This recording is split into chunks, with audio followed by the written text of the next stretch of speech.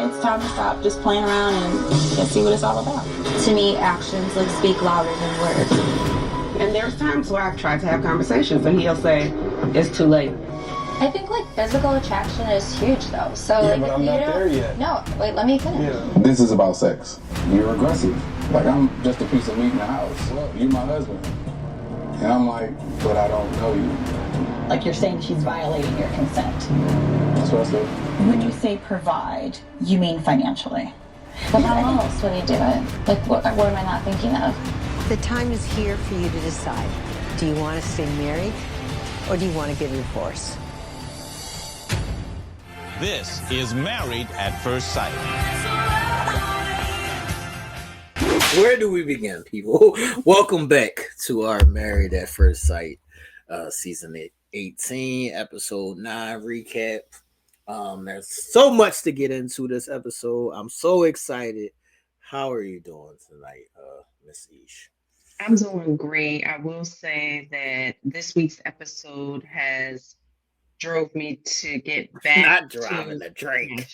Yeah, pretty much. I'm back at it now, thanks to them this week. So, I can't wait to get into it. Make sure to like and share the video, guys. Thanks. Make sure y'all like and share the video. We have a lot to get into tonight. I do want to start off by saying this is why I fucking hate holidays, Ish. And we gotta wait until January fucking 7th for the next episode because of these goddamn holidays hitting on every Tuesday. Yeah, that's just ridiculous. We gotta go 2 weeks without seeing the shit after this shit. Facts. Facts, man. But let's get into it, people. This is season 18, episode 9, entitled You're Into Some Crazy Stuff. And what a great title for this episode. My favorite episode of the whole season so far. Maybe my favorite episode of overall with the series of Married at First Sight, man. Maybe my favorite episode. Yeah, that's definitely one of them ones. Fact. So we begin this episode at day 19 of marriage. I would say that this is the deeper conversation episode where we stop all the surface stuff and we finally get to the nitty gritty, the meat and potatoes. I have 2 questions before we get into the couples, Ish. So my first question is, how do you feel about mediators in general? Do you have one, and do you think they are necessary? Okay. I don't have a mediator.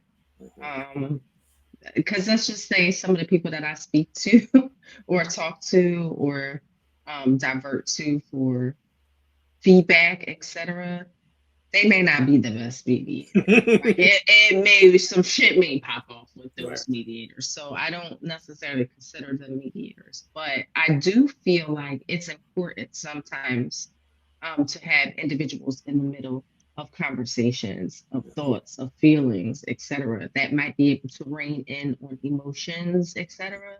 So I do feel like it's a good thing to have one. Maybe you should find one that is non-biased, right, and that's like even keel, and that could, keep both parties in a container, more or less. That I think that is the greatest issue with even finding a mediator, because how do you find a mediator that both sides are comfortable with? Right. But see, that's why you can't have a mediator that's a friend of him or a friend of her. You have to find like a mediator who maybe knows both parties. But they still be like, so it's like, say we was in some shit and we go see a therapist, you or I might be like, I ain't fucking with that therapist. He on your side. I know. But I think in any situation that might be the fucking case. Right. Like, I feel like somebody's always going to be like, no, they're favoring you more than they're favoring me. And I think it's all subjective, and I think it's all just the way that an individual looks at it. But I feel like a mediator, regardless to if they side or if they attach to certain ideologies or feelings or whatever, that they're still being a medium You know what I mean? To kind of contain things, because as we know, we talk about them all the time. Emotions start flaring, emotions start going, emotions start running rampant, and they just start spilling over into, what could be healthy conversations. And maybe that mediator might just, in fact, be the basis for a nice, healthy conversation and keeping it in place. All right. So my next question is,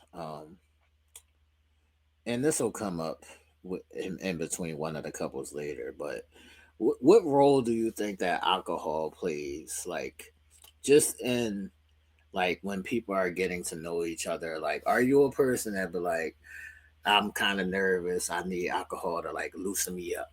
Mm-hmm. No, I just like alcohol.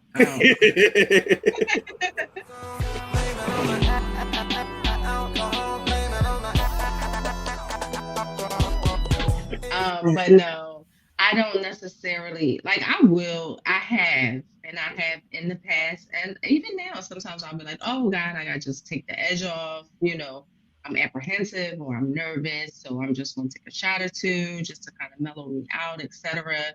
But I'm not one of those individuals that rely to operate on it or deal or have dealings or have conversations, etc. Nah, I just like to have fun. So that's where my basis is. But I noticed that in some of the couples that we see on the season, they partake often. And I'm gonna sometimes say a lot of the partake often. Yes, I'm absolutely. gonna say a lot of the partake often. Yes. And you can see where it's affecting some of the communications and some of the things that are happening. Yeah. Right. I will say, I don't need alcohol to loosen me up, but I also have never had a partner where I was able to enjoy it, like, and we go out and get drunk and have fun kind of way either. Yeah. See, you gotta see, and that's my thing too. Not many people receive alcohol the same way. Right. There are some people who receive alcohol and then it puts like a beast in them, and then they just go way left, and they be out of character and shit. They be out of character, irate, angry. They just have a different feel. And then you have some individuals who, have alcohol and they have a good time, or they're funny or they're expressive or whatever the case may be. And so, I think it just all depends on the way that the alcohol lands on that specific individual. All right, let's get into it, people. Where would you like to begin? Okay. Well, I know it's on everybody. I'm on everybody's ass. I'm on everybody's ass. Oh, you motherfuckers. Okay. I'm putting cases on all you bitches. I got cases for all you motherfuckers. Let us start with the less problematic couple this episode, and that would be Camille and Thomas. All right, this is what I want to call to Camille and Thomas this week. My title for Camille and Thomas this week is, let's see what it's all about. First of all, let's see what. Shout out to you, Camille. Double salute. That's what I was getting ready to say. That's definitely a salute. Camille, I commend you for that shit, because that would be some shit that I would say. Like, listen, we will not play around here. You know what I mean? Let's see what it's all about. Definitely. What it's all about. All right. Where do you want to begin? Okay. So these two were really, really cute this episode, I will say. They had a lot of, they start out, they're communicating, they're just coming back from the flag football. Right. And, of course, they're like, everything's hurting. And old people shit. And they're, communicating, and Camille brings up, hey, listen, you sacrificed me. Right. You actually pushed me out the way, or you did what you needed to do for the sake of the game. Ooh, that's kind of making me hot. she didn't say that, but that's what I'm kind of feeling. This is where I'm kind of thinking that it's going. Right. They communicate well. They're having these conversations. That comes up. She's seeing something in him, like maybe a little bit of aggression, Right. that she hasn't seen from him before. That I find was like maybe a pivotal moment for her, just seeing something different in him that she hasn't seen thus far. So I thought that was cute. Okay. And you know, just how they actually were able to find good conversation. Right. They have such an ease of conversation, which I like. She stopped saying cultural differences. She did. I did not hear her say that. Not fucking once. Okay. She stopped saying cultural differences. Yeah. She was pleased with him after the what was that, kickball or football? They were playing flag football. Yeah. Right. So after the flag football game, you know, like you said, she was happy that he showed some initiative, he showed some aggressiveness, and she even stretched him out a little bit. He said he was sore, so she stretched him out. You know, they had a good evening, you know, some couple time. Okay. All right, so this question came up before we get into the goodies. Mm-hmm. This question came up. Do you think it's because he was expressing to her, I never looked at it that way, as you being black, but also being a black woman. Do you think it is more difficult to be a black woman than a black man? I would not say more difficult.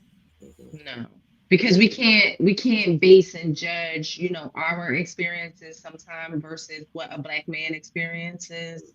So I won't say more difficult. I will just say that it's doubly as hard.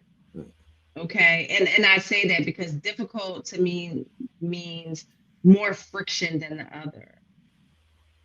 Just doubly as hard, meaning we just have multiple doors to face outside of maybe possibly what a man who stands in his structure may have to deal with. So, you know, I take acknowledgement of that. I just don't balance out which one is harder because they both fucking hard. That's a fact. Yeah. Yeah. All right. So like I was saying, she put down the cultural differences sword and she said, I'm cool with you being a nerd.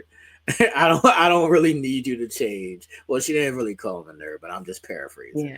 Yeah. But she said, I'm cool with you being who you are. I don't want you to change. I just was telling you, you know, what it was that, you know, was in the way. But that is now out of the way. So after, you know, Camille rubs him down, you know, I guess this is a day after or whatever it may be. Thomas decided to return the favor. So he decided when she came home from work or wherever she was, he had rose petals and everything laid out, some candles lit. He had the massage table set up for her, some champagne. Mm-hmm. And I do want to say that shout out to you, Thomas. And he stole my movies. he stole my move. This is my speciality. This is something that I've been not only doing myself, but teaching my friends since I was like 15 or 16. The massage is always a quick and easy way to get you to some draws. It's definitely a trick. Right. But shout out to Thomas. Yes, Thomas. He definitely hit the spot. He hit the mark as far as that was concerned because she definitely was feeling that vibe. She felt special. She felt loved. You know, she even said that, hey, this is something that was definitely, it felt good. Right. So she said that, you know, nothing like that. Nobody has ever done anything like that. That's before. Right. And a lot of people will be surprised to find that is not an abnormal thing. Like a lot of women have not had that treatment before. That's right. That's right. And it's amazing to me how it doesn't happen more often. That's a fact because it's my specialty, ladies. I don't know what that boy doing over there. Bring it on right here.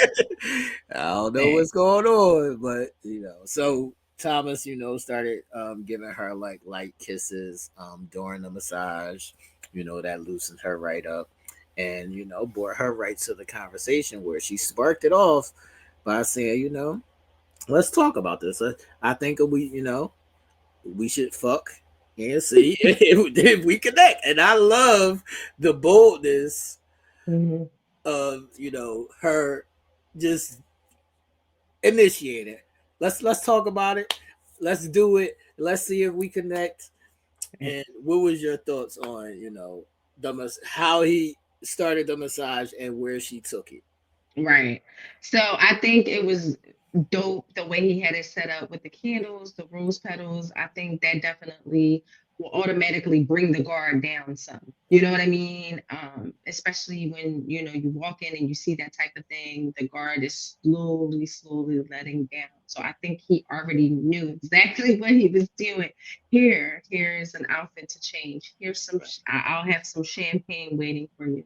I'll give you a massage. I'll give you soft kisses, etc. That just opened the floodgates. You know what I mean? She probably was sitting there throbbing and shit, and she probably was like, yeah, let's definitely see what this here is about. And I think that, that was a great move on her part, because why not take it into the next level to see where things are going to go? So when she said, let's see what this is about, what came to my mind as soon as she said, Hercules.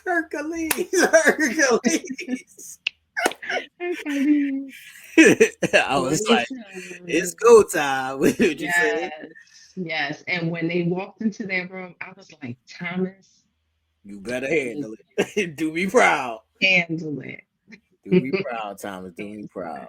All right. So after they smashed and then they went to go see the doc, you could see a different energy amongst both of them. They were so giddy and happy and lovely and just embracing each other after they smashed, man. So would you think that Thomas slayed the dragon? Yeah, I definitely, because let me tell you something.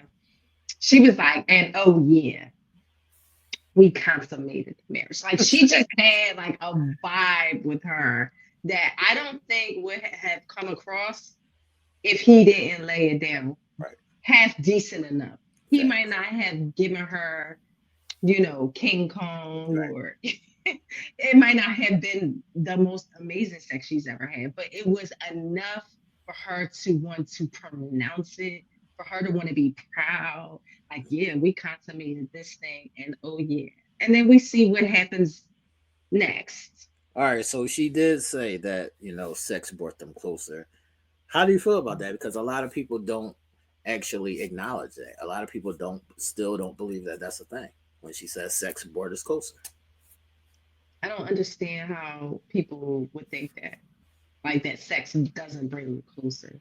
Like that level of intimacy is the most, in my opinion, is one of the highest levels of intimacy. You're sharing your body, you're sharing your energy, you're sharing your passion with one another. That is going to definitely bring you closer. And it should at that point, like they were having a point in time where they might not have necessarily seen eye to eye. Right. She was having this cultural difference, epiphany that just was an eyesore for them. You know what I mean? And he's trying to struggle and feel like, what the fuck am I doing wrong? Like, you know what I mean? They couldn't meet. Right. So I want to say that I feel like sex brought them closer because she, like you said, she was looking at him in that cultural differences kind of way. But when they had sex, she saw that maybe he might not be there on this angle, but over here, he good money. He good money. Yes, for sure. Over here, he good money. She wasn't disappointed. That's a fact. All right, so let's get into Dr. Pia, who says, so since y'all did have sex, is there any limits? And Miss Camille said, not over here. Not over here. I'm with the whips and chains and whatever it may be, and nothing is off limits. Were you surprised by Camille's answer? Yes, I was surprised, but let me tell you when I'm even more surprised and I'm even more proud of. I'm even more surprised that he was like, oh, okay. And I'm with all of that in his own little way. Like, I find most times that an individual who might be into certain things, who might like to do certain things, who might want to try certain things, they're stunted a little bit by individuals who may not necessarily be into that or may not like that. And so, you know, there's always some sort of closure without even trying. And so I commend Thomas for even being like, okay, I'm trying to see what that be about. Shout out to Thomas. He with all of that. Just whip me. Yeah, just whip me, tie me up, baby. Shout out to both of them. So she did, you know, let him know that nothing is off limits, and if you lead, I will follow. And I saw a calmness come over Thomas, and you could see that sex relaxed him. So people don't know that sometimes, like we said, not only can sex bring y'all closer, but it also can calm you down. It also can knock off that edge of nervousness, because now that we shared this intimate moment, now that I've seen you naked, now that we've been close together as one, I don't have the nervousness anymore. Yeah. So I thought that was a very important moment that they shared. And then we got to some tears. Yeah. I really felt so I felt emotionally connected to Thomas through the TV. Were you crying too, crybaby? I did not cry, even though I am crybaby number one. I did not cry, but I did feel like some sort of compassion for Thomas at this point in time. And so basically he was expressing to, you know, Dr. Pia and Camille that he didn't feel as if he deserved to be in the space that he's in, experiencing what he's experiencing. Such a kind-hearted woman, somebody that he's connecting with, somebody that he likes so much because of his past doings in past relationships that, you know, he wasn't the best partner. He didn't do the best things. And so he felt as if he doesn't deserve all that he's experiencing now. And he was just overwhelmed with emotion. And at that point in time, I felt like, you know what, Thomas, you've never truly been loved. That's a fact. You've never truly been loved. That's what I was about to say. I was about to say, it might not even be that he didn't show up. He just might have showed up for the wrong motherfucker. That's it. Boom, bang, pow. Because even though we make mistakes sometimes in relationships or situations or whatever the case may be, and we may truly care for a person, we still make mistakes because it's not necessarily the right thing or the right thing for us.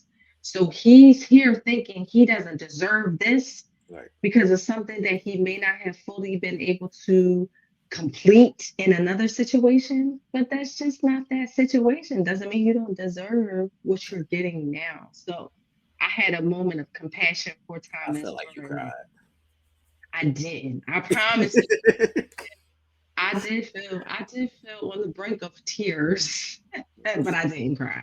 All right, so Thomas was crying, fully crying because of the L word, and he explained it to them by saying, like, I'm like, it's kind of a fearful thing because sometimes people feel like if I go there and then I lose it, how am I going to be after that?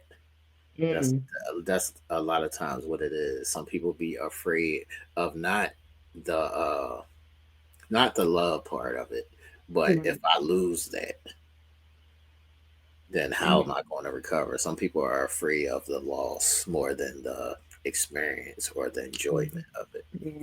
But shout out to Thomas for saying that. And the question was proposed. So what does love mean and look like for you? What does love? So what's your answer? What does love mean and look like for me? In a nutshell, unity. Okay. So that means unifying on all levels, even where we differ. We can agree and understand that our love is different. We love different. We feel different. We need different things. But we can agree that this is something that we want and that we can unify together to get through anything that may not be on one accord, and we can bring it to one accord. So love is just loving each other through differences, loving each other through changes, loving each other through that which might not be pretty, but knowing that we want this. So it is all those emotions, the feeling, the sex, the passion, the anger, the I might not like you. I don't like that shit you do. I don't like that shit you wear. You ain't fucking gangster enough. You not you're not calm enough. You know what I mean? Still loving and vibing through all of the differences, all of the changes, all of the progressions, and still wanting to stand firm and say, hey, listen, you are what I want and you are my person. So that's what love looks like to me. Okay, for me, it's definitely the oneness of it, but I would view it, or I like to attain it more in the energy. So it's an energy for me. So that energy looks like I feel valued, like I feel desired, I feel like I'm a priority. I feel like, this is my person. I would be able to, like, I don't think that when you have it to the highest form of it, there is nothing that could come in between that unless you allow it. And I feel like there's nothing that you can't share or do. I feel like the highest form of love is greater than anything else in the world. I think all this other shit is just things. But I think that energy of love and being in love at that highest point, to me, that is the greatest thing and our greatest gift. That's how I look at it.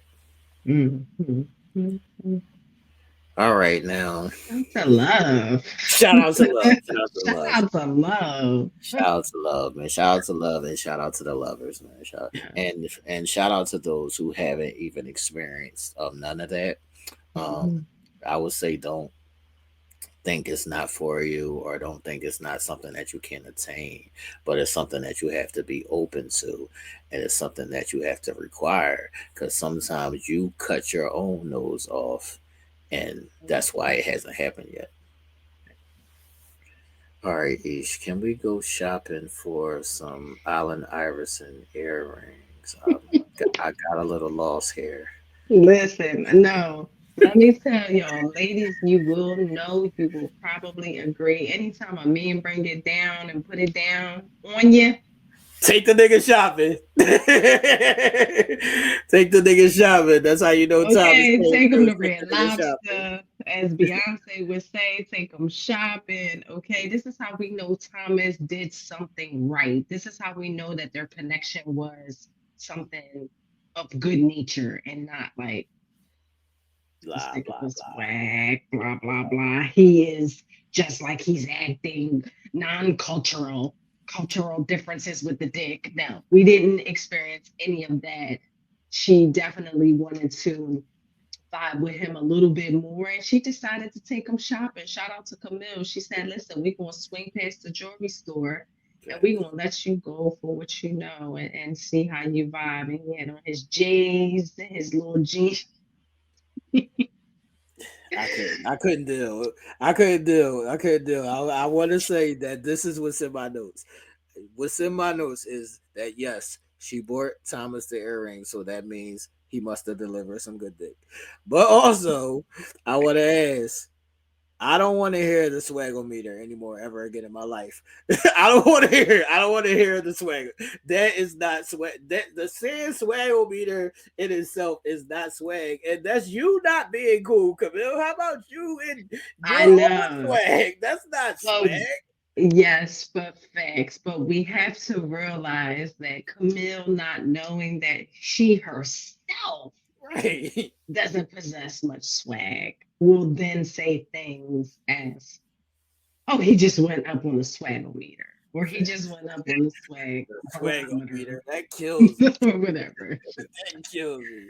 All right, I got two last questions on them before we can move on to the next person, or unless you have anything else on them. But my first question is: are you pro or con of men wearing earrings? I'm going to be honest with you. Say it a little louder. I don't fucking know. It's like, no. I really haven't ever really paid attention to that. I am probably me. I'm very easy, you know me. Like I'm easy. I'm cool. I'm laid back. So I'm probably kind of in the middle. Okay. Like if you rock it and it looks cool, cool. But if they big and dumb and you look stupid, not cool. Okay. All right. So remember when like Cam and AI and all them had the big earrings? Was you feeling it? No. Okay. Okay, I'm not mad. And the only reason why I wasn't feeling it is because they were big and dumb. Right. That's what I always thought. Right. That's what I always thought. And then this is the kicker, Ish. Like, so we young boys at the time, so you know they can't afford the real joints. So my friends is wearing the fake joints, the fake big and dumb earrings. I would be like, that turn green on the back. I would be like, my nigga, that's not it. No. Just don't wear it. Yeah. And I know there was a period of time where, you know, the diamonds and the bling and the big and the pronounced and all of that shit was in. But to me, it just, and some people liked it. For me, it was just too much, too big, too loud. Right. So that is actually my next question, because he did put on the husky chain. And, you know, I don't know who said this, but somebody said, you know, sometimes jewelry does make the man. Like it makes you look a little cooler or whatever. And I've seen girls see guys with chains on and be like, they look at his chain and think, damn, he must got money. He got that big chain. So does jewelry make the man? I think in certain cases it could, right, for sure. It definitely can add a level of allure. Okay. You know what I mean? A level of, he has this little swagger to him now that, you know, he's got this chain or he's got these earrings or this bracelet, you know, he even put on a bracelet. And I'm going to say for Thomas, it honestly did make the man. Like it did add a layer of something extra pizzazz to Thomas. But it doesn't work in all cases. Yeah, it doesn't work in okay. Sometimes you got on a good jewelry, but you still like goofball. And exactly. You can overdo it. I've seen niggas where they got on 2 watches, a bracelet, 3 chains. Is you just doing too much, and somebody going to rob you. Yeah, that's the whole thing. All right, let's see where we want to go next. All right. Let's get to what used to be our favorite couple. I don't know where you stand with them now. Well, let's get Juan and Carla out of the way. Juan and Carla. Flush their asses down the toilet. That's where I stand with them now. All right, so we start off with Juan on his bike ride. He was so excited, like a little fucking kid, like on his bike ride. He was just so excited about his little bike ride. And then when he got home, he was a little annoyed that she had slept half the day away and he had already had a full workout on his bike. What was your thoughts on the introduction of how Juan loves his little bike rides? And I don't like that you're sleeping while I'm getting something done, per se. Yeah, I think this just taps into one of the differences that we see between Juan and Carla, early riser versus late riser. You know, you can look at it in different different aspects. But it made me honestly first get a little inkling like, this is why fucking Juan don't fuck with Carla. Like, on certain levels. And not that he don't fuck with her, but just, he's such an outgoing personality.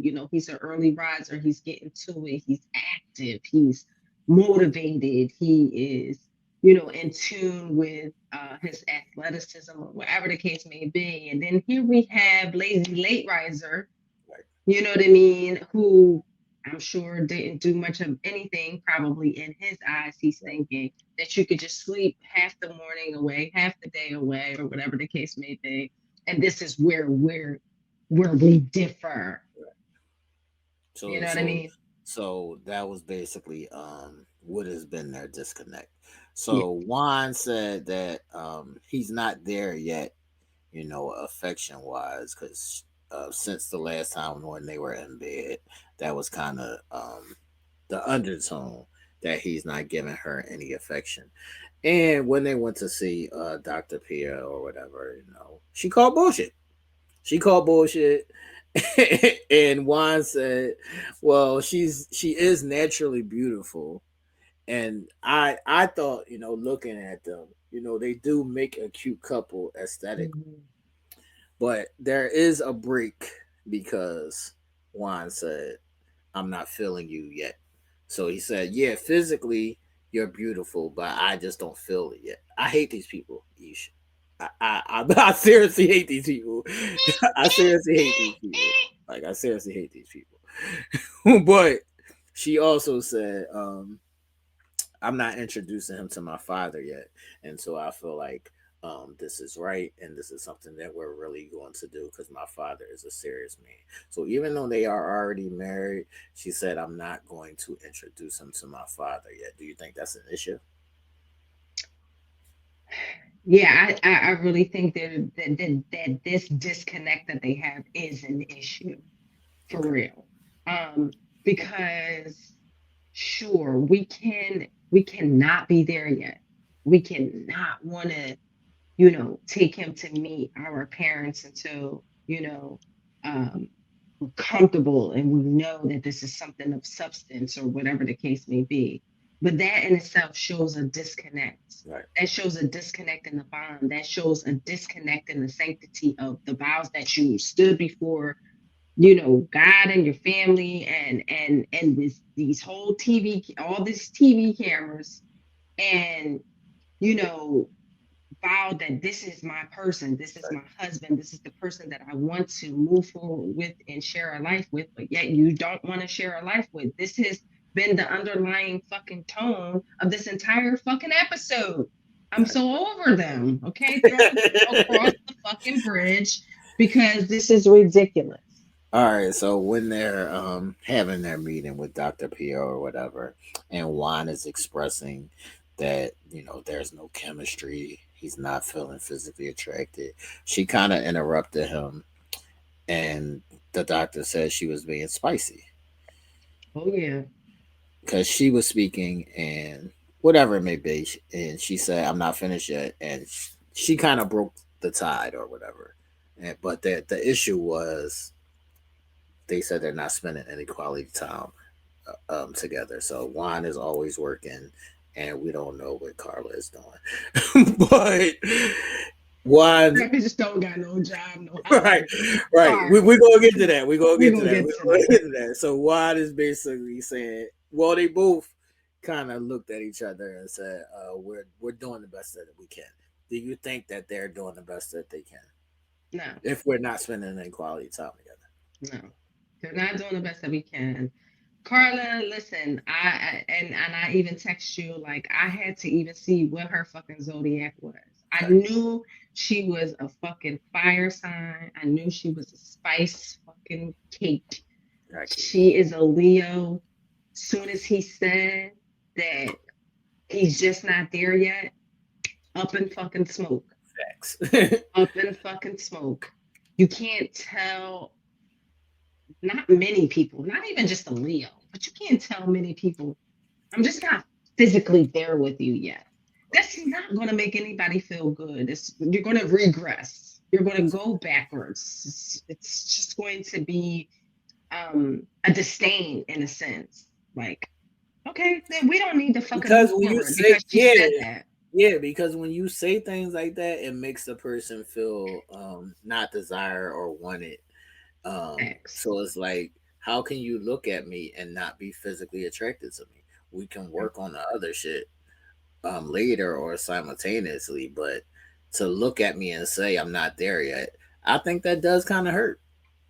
Yeah, it does. And you could tell that she was just like, okay, well then I feel like if we don't have any physical attraction, there's no need for us to be doing this. Like, why are we even doing this? And then I feel like by him saying that, or maybe just the way that he presented it, she is definitely going to regress.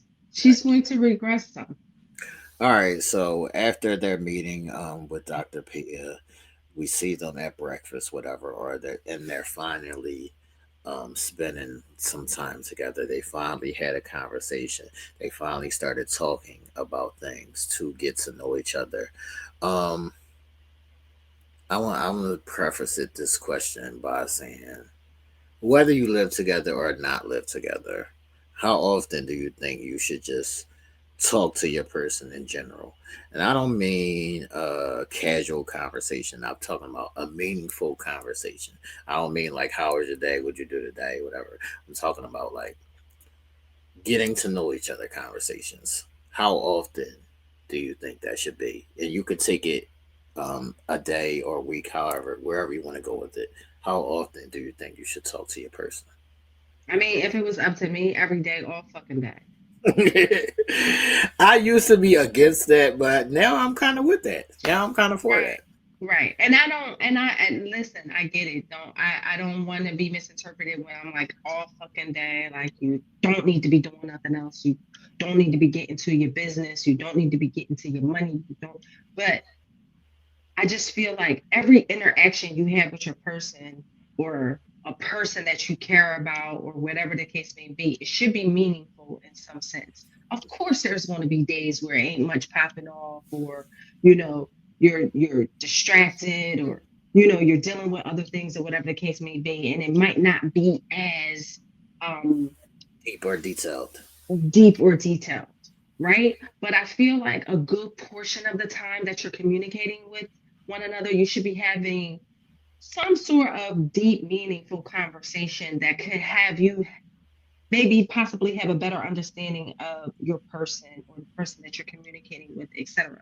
I think every single day, like there should be a little something, even if it's a 5-minute conversation about a fucking show, or if it's a 5-minute conversation about something we even saw on the internet. Let's like take shit from the internet that's just a whole fucking shit show, right, and pull something meaningful from it to connect with one another, just like have a better understanding of not even of the person, of yourself sometimes. Like, damn, you know what? I didn't even think of it that way, or I didn't even see things that way, or like learn something from something. I'm not gonna lie. I used to think all of that was bullshit, but I don't know if it's me getting older or just life experiences in general. I do think that just communication and conversation is extremely important, and also it makes me feel like a priority. So it makes me feel like you wanted to talk to me, like you missed me, whatever it may be. I think that it is something there in that. Yeah. To, have that conversation or just speak to your person, every day or as often as possible. The connection. I think that's what I'll call it, a connection. Yeah, thanks. I would agree. And I think honestly, that's all Carla is really yearning for. Right. I mean, yeah, she wants the physical touch too, but she wants to feel that connection. She wants to feel important. She wants to feel desired. She wants to feel a part of. And although Juan might not necessarily be there yet, for whatever reason he has, I just feel like his approach could just be, it's bullshit. And it could just be a little different. Right. His approach is just like, well, you know what? Tough titty. Facts. Facts. I know you just want me to hug you right now, but I don't want to. Because I'm not feeling it. Right. I'm not feeling it. I don't want to give you a hug right now. It's just a hug. Why? It's just a Like hug. the fuck? Like- It's just a hug. Why? Relax. All right. My last thing on Juan and Carla was he did get excited when she started to speak about wanting entrepreneurship. So I think that is where Juan like it sparked interest for him. So things that he likes and she spoke about spark. So it's I think he's seeing that like you're being productive, you're not being like a 9 to 5er because his whole thing is entrepreneurship. So I think he's a person who gets intrigued or interested by like-minded things. I would agree. But I also feel like Juan, like, you got to grow up a little bit. Yeah. You got to grow up a little bit, baby. Like, sure, we all want to be intrigued and interested and piqued by shit that we like. Right. That's just for us. But there's another person on the other side of that. That's a fact. And so, therefore, yeah, it may be something that you might not have much interest in, but you have to open up your mind to take some interest into it because that's your partner.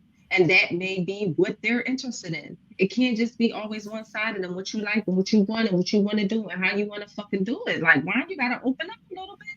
That's right. Oh, I did say this earlier, but I think I misspoke. Juan didn't say this. This is just my notes to say that to say that she's naturally beautiful. Why the fuck is wrong with you? What the fuck is wrong? Because she is. She very much is. She very much is. She's fucking naturally beautiful, Juan. What the fuck is wrong with you? Knock Carla's socks off, man. Knock Carla's socks off. Thanks. But I think for him, he's seeing so many other attributes. Right. He's kind of the Michelle of the men. No, seriously. Oh, well, I don't know. Maybe I coochie is. Right. I'm not Akuchi. I said it intentionally. Not a new name for Ike Raw. That was Akuchi, y'all. He is no longer Ike Raw because Ike Raw was kind of cool. We're gonna get to that. Exactly. But I do feel like that Juan has hit a wall of some sort. Something about Carla is rubbing him the wrong way. He feels like she's not doing nothing, and that bothers him. Like that's fact. Like Juan is the person who I feel like he get up, he go to the gym, or he ride his bike. He be happy, ride his bike, and then he work, and he want to see her do the same thing, and that is what is going to like turn him on to her. Right. But it's like that's not her, so it's like you can't place that on her if that's not her. Let her be her. Let her be her. Yeah. All right. Any last questions or comments on Juan and Carla? Juan and Carla, I have high hopes for you guys. Finish off strong or some shit. Because this shit that y'all in right now, I ain't feeling. So let's come up out of that somehow. Yeah, Juan and Carla used to be our favorite couple, and then they went down the platonic hole of Juan doesn't want to touch Carla. Mm-hmm. That baffles me. Yeah, I said I feel like I'm kissing my cousin. That's letting you know right there, Juan, that it's a problem. Yeah, that baffles me. That baffles me. All right, who you want to go to next? Nigga, the next three is so problematic. That's why I saved them all three for last. The next three is so fucking problematic. I already know who we saving for last, so who we should save for last. Right. But let's knock off Madison and Allan. Madison and Allan. Let me see what my name for Madison and Allan is this week. All right. My name for Madison and Allan this week is Why Are You on a Solo Mission? Why are you on a solo mission? That's Maddie. Lord Jesus. I don't know if I can say this about Madison, but I'm gonna say it. This is who Madison is. Madison is the fine girl that you see at the bar and you take home and you smash and you have a good one night stand and you never see or call her ever again. Mm-hmm. Ghost. And you're cool with it. You're cool. It was great. Y'all had a good time, and the sex was even good. But guess what? I'm not calling Shorty again. Yeah, but that's from a real nigga standpoint. Like, Right. you dig what I'm saying? Because it's gonna be some niggas that's gonna be like, yo, That's a fact. moping and sobbing, she ghosts me, like, or she ain't. No, I'm saying I'm ghosting her. Oh, you ghost her. Yeah. Okay, got you. Because she definitely, Madison is definitely doing some shit. I don't care what nobody says. So Yeah, I'm saying I'm ghosting her. seemed I like met she her at was the cool. bar. She looked good. She smelled good. Her hair looked good. Her titties is nice. Yeah, we smashed. It was a great time, and I'm never calling her again. I'm still Right. cool. I'm happy and cool with my Right. experience. I don't need to ever speak to her ever again in life. That's I got you. that's what I think. That's why I see Madison as. I got you. Maddie into some shit. All Maddie right. with the tatas. Addie with the tatas. Let's get into it. And that's actually right on board for what I'm about to say. So Allan was playing tit for tat game with Madison because he said he lost sight of Madison or she wasn't playing with him enough at the bar, and they lost each other and they went home separately after the housewarming party. So in the after party, she actually said, well, when he goes out, he gets drunk and he gets loud and obnoxious and out of character, and she didn't really want to be around that. So they could have texted or called each other or found each other before leaving the bar separately, but they both said nobody was communicating. Is that an issue, leaving the site without each other? Fucking right. We're a couple. Right. We're married. Or we're partners, or whatever the case may be. We come together. We fucking roll together. I don't care if I'm, well, not me per se, because I don't want to put that connotation on my fucking name. But if, let's just say, if he was being obnoxious to you, because I don't know necessarily that might be fully the case. Like, well, she I didn't just say he want- was being obnoxious to her. Oh. She was just saying he just gets loud and obnoxious, like not to he her. just gets loud. You know how people get drunk and just like, yeah, motherfucker, if he acting crazy. I mean, it's not necessarily towards you. It's just they I just got wild. you. Just wilding out. Right. But you should still be like, okay, I'm running to the bathroom and then we can get out of here. No medicine. You probably was off getting some dick in the bathroom. Like I am. See, this is why I said I would smash Madison and go on about my business. Never talk. Madison was probably getting knocked up against the wall in the bathroom, because how do people say, oh, I think she left, but Right. you say, I'm going to the bathroom? Like, I just feel like that even if he was obnoxious, there's just a way to say, hey, listen, you're being obnoxious right now. I really don't want to be around you. I'm going to head home. You know what I mean? Or I'm like, communicate. Or how about can we just go home? Can we go home? Right. We don't even have to leave each other. This is time to go. Yeah, that's just time to go, because you can't get your shit together, and I want to remove myself from the situation. Absolutely. And if you weren't big enough and you didn't want to be around him at that time, then you can say, listen, you bugging, I'm rolling. Neither one of them called the phones, checked on each other, made sure each other was either still in the vicinity or not. Like, just ridiculous. Okay. That's so petty. So petty. It was definitely a petty game of tit and tat. Y'all know I'm normally pro petty, but this was not good petty. This was stupid petty. So he was mad that they didn't leave together from the bar, and she was mad that he didn't go to the football game. So he expressed to her, you're on your solo Madison shit. Like, we're not particularly spending time together. We're in the same space, but you're doing solo shit. And she said that was basically a trigger for her. I don't know why she said it was a trigger or what was the reason that she said it was a trigger. Because I got lost because she still had the football marks on her face. So I couldn't take her seriously in that conversation because all I saw was the football marks on her face. Right. I don't know. I don't know, Madison. Like, I get it being a trigger, like the whole being petty, the tit for tat. Okay, I do something and you be like, okay, well, I'm gonna make you suffer because you did this. So I'm gonna make you suffer and I'm not gonna do this. So I get that being a trigger, but my thing it was, okay, he didn't get up for a softball game. Like, how much of a fucking trigger is it? Right.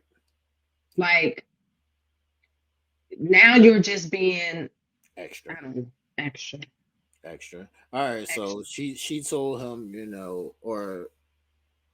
she told him that she was struggling, just with the whole circumstance. Why are you laughing? Because I thought you was gonna say I'm struggling with this fucking sexual connection or this. That's where I'm going. No, that is where I'm going. Okay, I just wanted to start busting all that. That is where I'm going, but they had a conversation.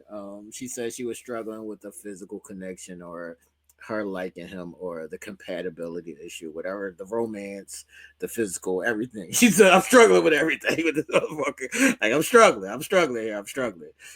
But they did talk and come to an agreement to not do the petty shit. So they did talk and work that out. And I got in my notes that they kissed and made up, but they didn't kiss, but they made up. But they made up. But they made no physical kissing going on. Right. All right, so I got a question.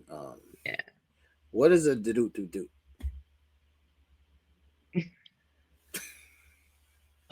What is a do? I don't fucking know. All right, so the doctor said, or did y'all have sex yet? He said, a do? Oh yeah. Okay. Yeah. That's why I said, what the fuck is a do? Oh, yeah, that's what I'm saying. Like, wait, it didn't even connect to me until you just said what Dr. P has said. Right. He said, no, Allan has a we didn't have a do yet. Yeah, an awkwardness. He has that, and that's Madison is not that girl. So when he does these things, that just pushes her farther away. All right, I do want to say this was a pivotal point. I don't know if you watched the whole after party or not, but the after party was good. They so she said in the after party that on the wedding night, she would have let him smash. She would have smashed. She was down to fuck on the wedding night. And that's why I say, this is why I normally say, when you're at pinnacles, like say a wedding night or just a great night out in general, it's like say, Love Jones is one of my favorite movies. They had a great night out, so he went for it. And sometimes you gotta go for it, or you're gonna land in purgatory. And now he's in purgatory. That's thanks. You can go for it and land flat. Like you can go for it and it may not necessarily be that. It doesn't totally exclude you, but sometimes when you don't make the move or you don't go for it or you don't do X, Y, and Z, that fucks you up even worse. And some people don't realize that. That's a fact. All right, so the doc questioned her about prioritizing her family and friends or even work over her partner, because she said she's still, like he said, the solo Madison, solo Maddie. Let's just call her Solo Maddie from now on. Solo Maddie. From now on, her name is Solo Maddie. So she said, yeah, I do operate as a single person because that's what I'm used to. Yeah, so that's what I'm used to. So what is your thoughts on the doc questioning that, and like, do people even understand when they're not prioritizing their partner over like going out to the bar with your friends?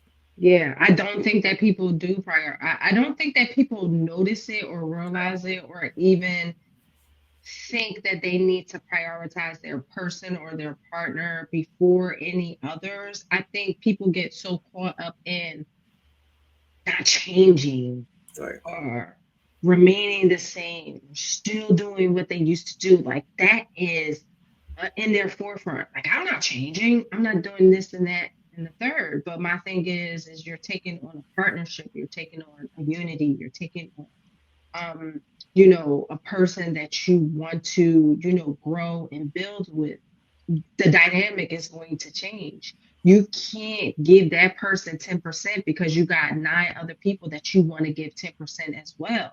Like your partner should get a good portion of the percentage, and then you got to break down the rest of the percentage for the other individuals. For Madison, she's not doing that.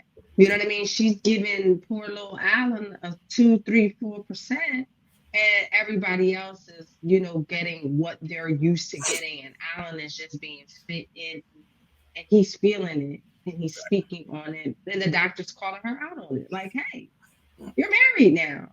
Right. And you know, she's basically saying, "Oh, well, I just haven't gotten used to." Right. Well, bitch, you better get used to it. You better get used to it, and you better get used to it real fucking quick. Right. I'll give a transparency point right here. I think she's young. She's still 29. And when I was that age, I probably did still prioritize like hanging out with my friends over my partner. I think that's a youth thing, or I don't know where to place it, but I just think that she's too young to be married if she's going to still want to go out and kick it with her friends over her partner. Yeah, that's facts. That's facts. And then eventually, whether it's Allan or whether it's somebody else, Right. eventually you're going to see the fact that that is problematic. Right. All right. So not only is Juan not complimenting Carla, but Madison said Allan is not complimenting her. So yet another guy not complimenting his girl. Is that a thing, Ish? That is a thing, but that's bullshit. Maddie, solo Maddie, I'm calling you out. You're trying to deflect, young ma'am, young missus, because he may not compliment you how you want him to compliment you, but he fucking compliments you because he has said on numerous occasions, "You look very nice." He has said on numerous occasions, "I'm lucky to be with you. I'm happy to be with you. Right. You're an amazing individual." He has complimented her. He's not complimenting you in the style or the fashion or the way that you want to be. But that is also tricky, Ish. That is know. also tricky, Ish, because there is going to be a lot of times where we as men say the subtleties like nice or whatever, and that don't be enough for y'all. No, but see, and that's my thing. Like, okay, then say that. Then say, "Hey, listen, you give me nice little compliments, but I want something like, I want to feel more desired." Right. What you say is on a friendly level. You compliment me. Don't say he doesn't compliment you, because that's bullshit. Right. He does, and he's trying to do it in a respectful manner, in a manner that is not overstepping any boundaries, because of course he's in this space where he don't know how far he can fucking go with you, Maddie, because Maddie is just being mad. So just give him his little props. Like, he does compliment you, just not. He's trying. He's putting more effort than you. So shut the fuck up, solo man. Exactly. Because all you do is point out the fact that he is not as good looking as you're used to having, or whatever the case may be. Like, stop it. All right, so salute and shout out to Dr. Pia, who introduces, since they having intimacy issues, the Sexy Twister game. Yeah, that's dope. I'm gonna play that. I'm gonna make one.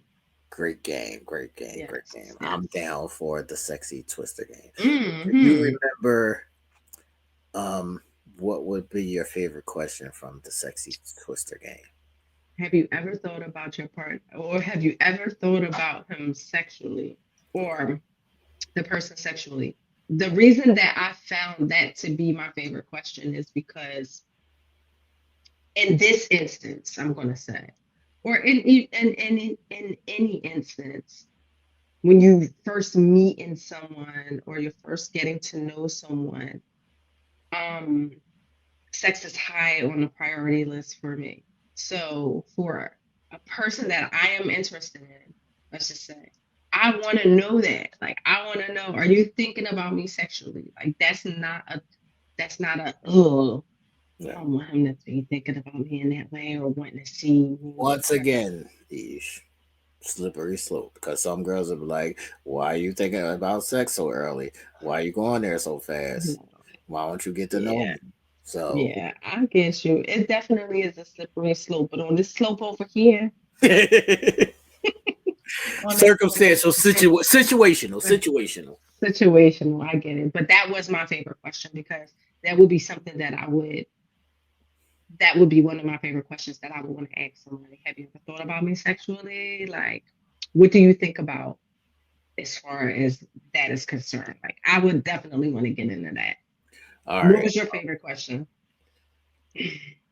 I'm going to say my favorite question in a second. I wanted the people in the comment section to let us know what was your, if you saw the episode or didn't see the episode, go watch it.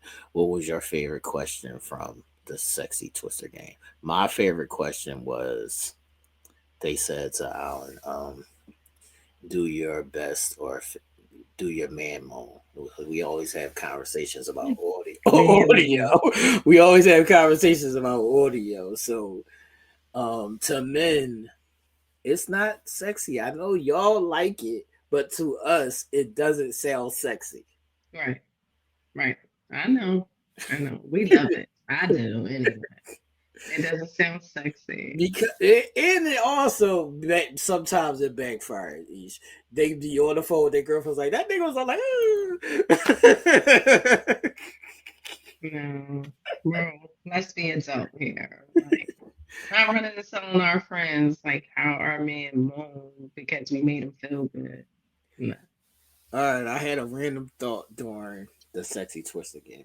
I don't know if you're going to get a kick out of this or not, but buckle up. All right, so during the Sexy Twister game, Madison just basically had on some Daisy Duke. She told him she didn't have no drawers on, and she had on like a or whatever. Yeah, but something weirded me out. White people's feet weirded me out, I knew you were going to say the fucking feet. I don't know, because they kept zoning in on his feet, on his fucking feet. I just knew you was going to say that. I knew it. White people's feet weird me out.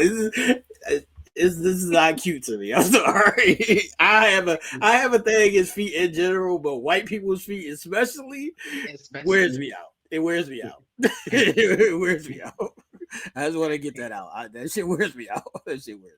Yeah, that kind of just was a whole turn off. Like, bitch, I don't give a fuck if you got on panties or not. Your feet is Thanks. Put something on your feet. Put some socks on. Put some little booties on.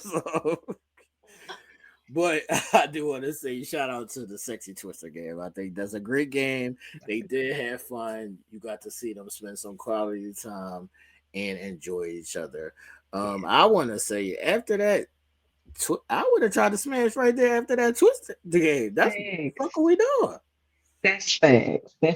But you know, Allan again just doesn't have that Rico Suave. Yeah, no.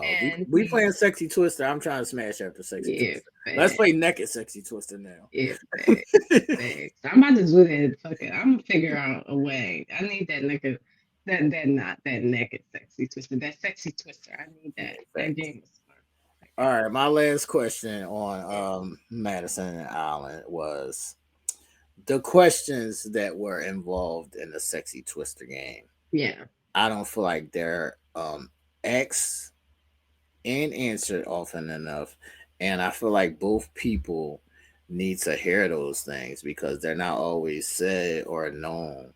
That's why I said that is a great game because you need to hear those things, or sometimes you need to say those things so your person knows and they feel that. Yeah, absolutely. I would agree. And then I think too, some of these, you know, whether it be games, whether it be exercises or whatever the case may be, gives the space and the opportunity for individuals, you know, for partners or whatever, to be able to express themselves, which they wouldn't normally feel comfortable doing. And I think that's what this game did for Maddie and Allan. More so Allan, because he's the one that's the most awkward. You know, she's a little more. Some people are not comfortable just talking about sex in general, which I don't understand. But yes, games like this can break the ice. and make it more comfortable. So I employ y'all to put these things into your repertoire and like play games and stuff like this, just so it's another way of connecting with your person. Yeah, that's facts. All right. The last two couples are both raining down shit. I guess we're gonna save Akuchi for last. Yeah, save Akuchi, Akechi. I got mad names. I cannot. We're gonna save them for last, and we're gonna talk about Man Bun and Miss Michelle. Man Bun and Miss Michelle. My thing for them this week is she explained it very beautifully by saying we take a couple steps forward and then we take 55 steps back. So that is basically what happens here with David and Michelle. And they start off by David is pouring his heart out so hard, trying any and everything just to have a normal conversation with Michelle. She's being such a bitch. And I don't even normally call women bitches, but sometimes it's warranted. She's being such a bitch.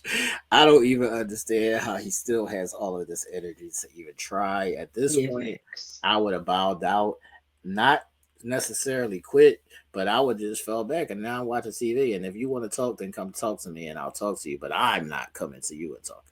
But so he takes Michelle. He wants to. The girl told her friends told him to try some things, that she likes or that she's comfortable with. So he takes they both go to get their eyebrows done at one of her favorite spots.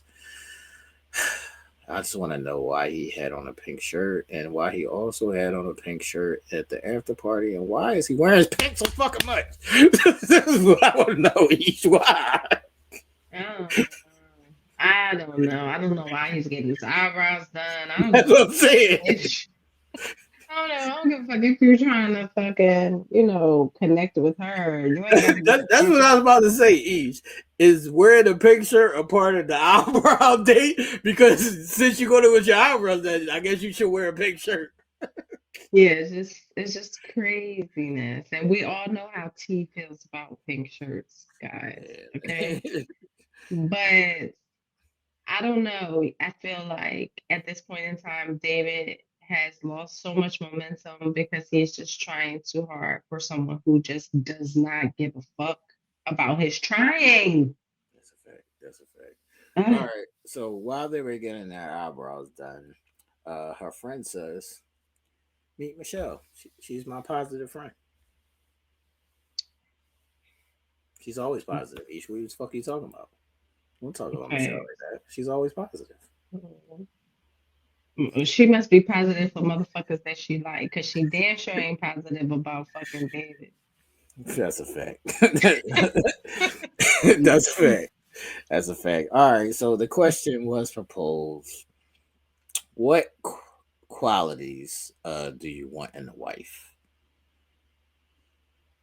What did you think about his answers?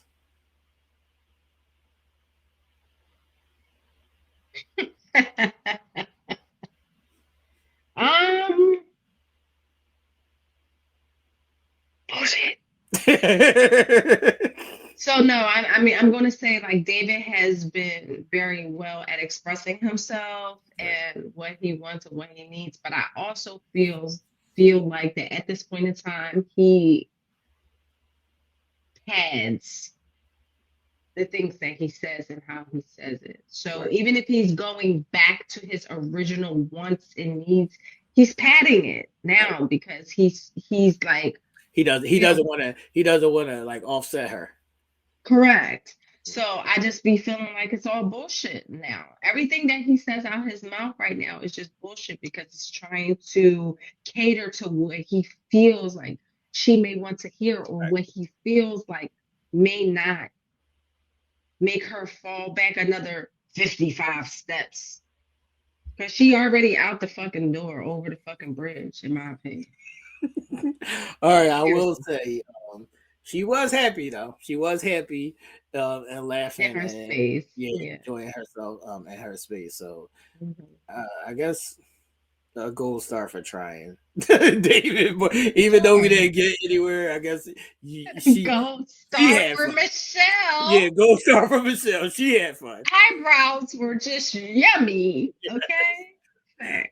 All right, so now he takes her to meet his friends, and his friends, like his other friends, kind of let her fucking have it. So salute to his friends. You all right or you die? Yo, listen, I felt like I was gonna say his friends was so eyeball. It was like, what was the little guy's name in Goldman? I don't remember the little guy name. The bald headed guy. They kept saying, But I know what you're talking about. this is how his friends is looking to me, like kind of just like oddball and weird. But they made some good points. They're just goofballs. They was just goofballs.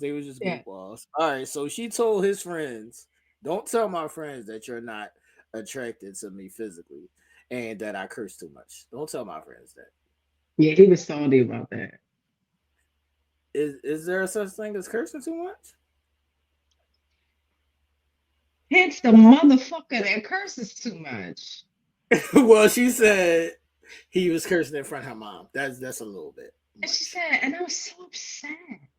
Yeah, absolutely. I feel like you gotta know when to tone it back. Like we've seen, like, all of us in certain situations when we're on a show or whatever the case may be, we hold back, we don't curse that much, we try to abstain. I know. My mom is not watching. Right.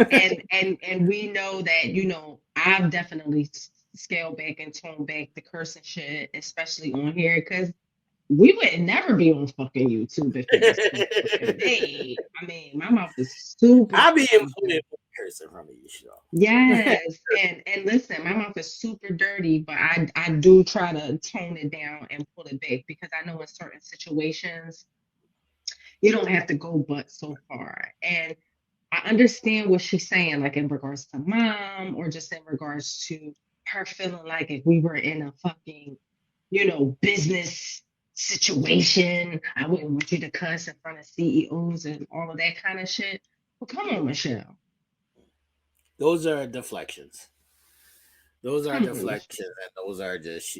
I'm just trying to have some shit against you. That's what that, because those are things that can easily be fixed. Those are it's like yes, exactly. Those are things that could.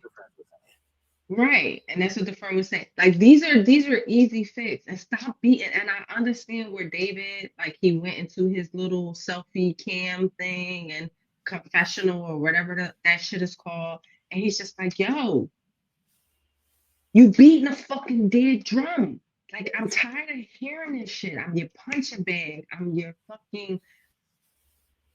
You just don't stop on me. I can never do nothing right. Can you give me some kudos for any fucking thing?" It's ridiculous. Okay, so the friends were telling her that those are easy fixes, and they question her and they ask her, "Are you just looking for perfection, or do you think Michelle is looking for perfection, or do you think that she is right in any of the shit that she's questioning?" Mm-hmm. Sure, she absolutely. Listen, we all have a right to like what we like. We all have a right to like what we want. I don't take any of that away from Michelle, right? At all. But what I say to individuals, stand in your fucking truth. Like, stand in your truth. Stop fucking pussyfooting. Stop beating around the fucking bush. Stop playing this little fucking game that you playing and trying to make it be about his fucking, his language, his fucking cussing, or him living in his mom's basement. Sure, that's the case maybe, but you also not really fucking attracted to this nigga. Like, it's other shit that you're not really fucking tapping into, Michelle. And this is where I say people do this all the fucking time. You know what I mean? On one end, they say one thing, and on another end, they operate totally fucking different. And it's just we're gonna get there. We're gonna get there. We're gonna get there because that was a shit show. that was a shit show. All right, but she did reach out to Dr. Pia.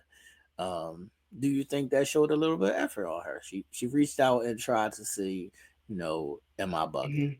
Yeah. And T, I have given Michelle her fucking props in past episodes. I have said, I go hard on Michelle all the time. And then I'll be like, you know what?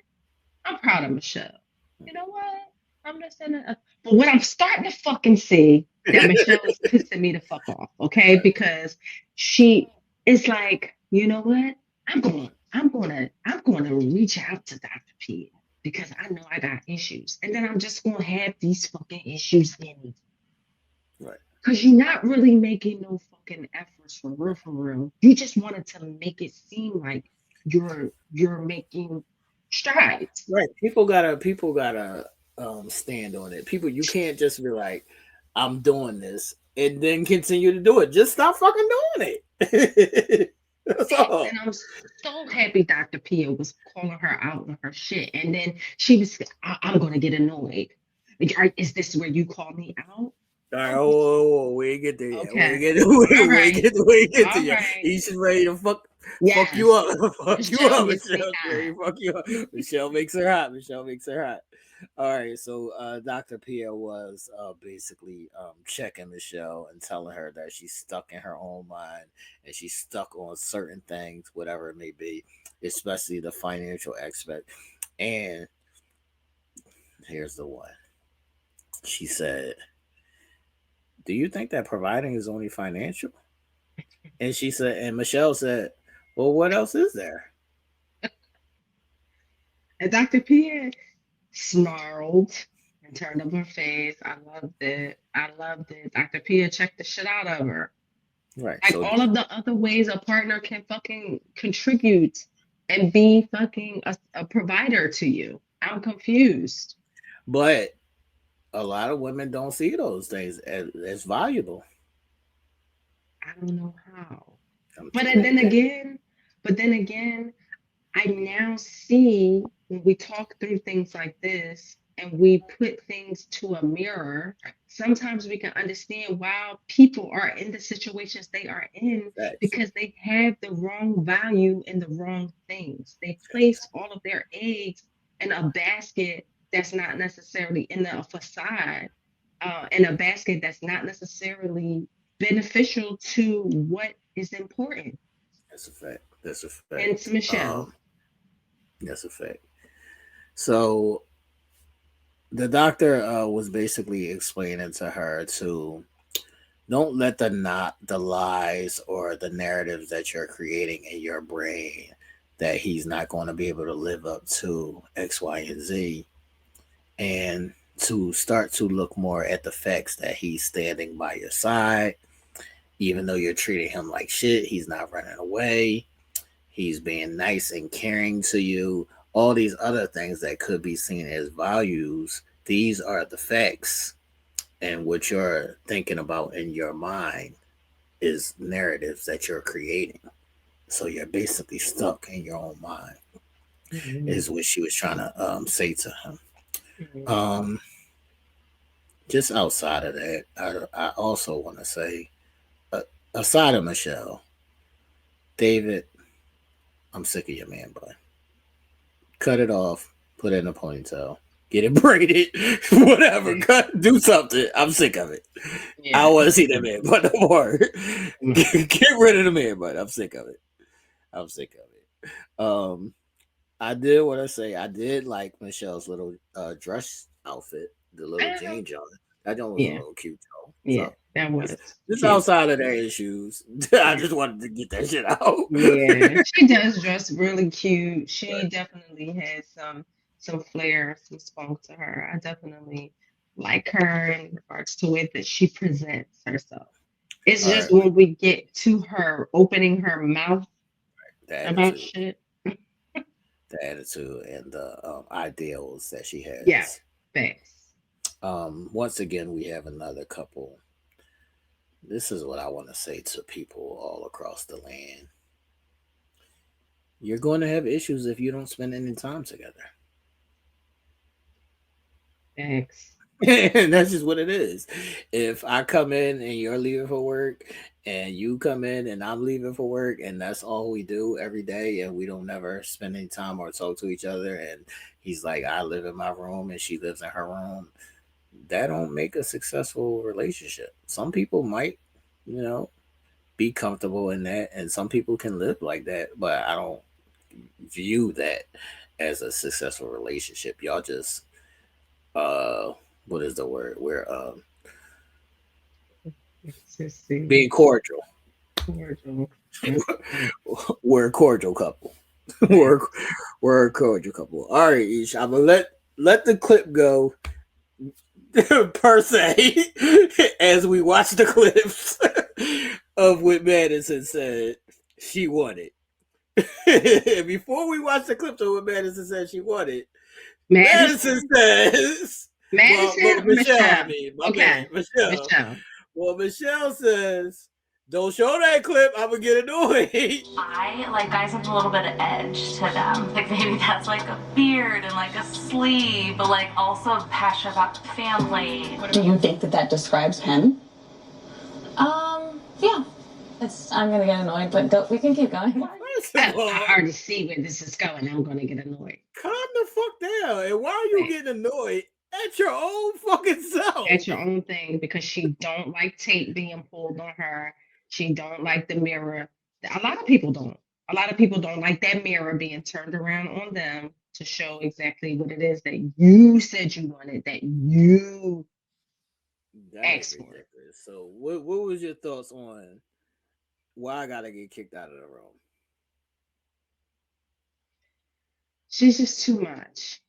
I don't feel comfortable. So he's got to get up and go for you to come back and serve him some bullshit. He could have sat there through that shit because when he came back, all you did was serve up some bullshit. And okay, man, your fucking lifestyle, you must have lived under the fucking trailer home.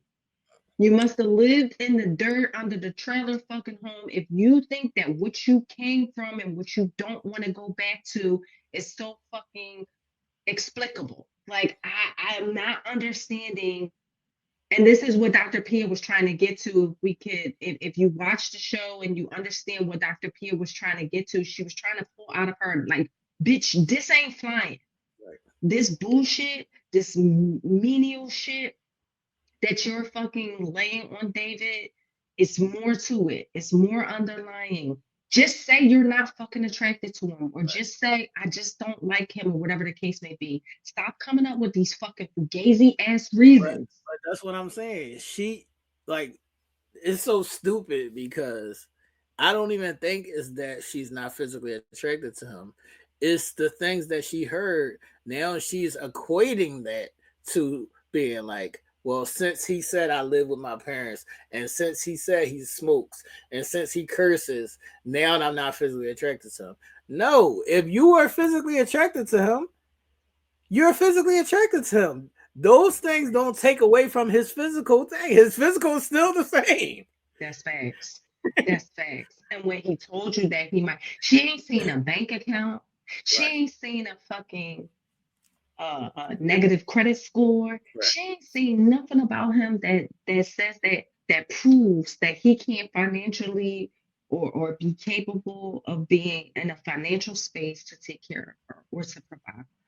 Okay, she ain't give him a fucking opportunity to be in those spaces where he doesn't fucking cuss. Bitch, I will still fucking cuss at you with your fucking funky ass stuck up, I'm privileged ass, by lifestyle ass attitude and the way you treat me. Bitch, I'm not giving you nothing because you ain't giving shit. But see, that's just me. You see what I mean? That's just me. So, you know, she's not truly giving him opportunities to be able to show and effectuate change. You know what I mean? She just saying, hey, you don't do this. I don't like this. I don't like this. But she's not giving him an opportunity to truly make necessary changes.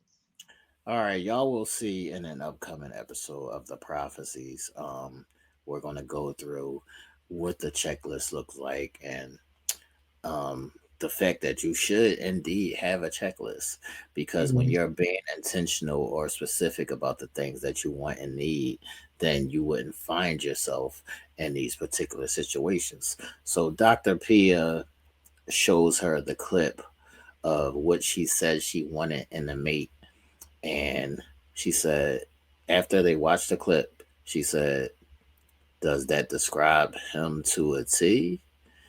Everything that you said, and she said, "Yes, it does describe him exactly to a T." And I hate that it does.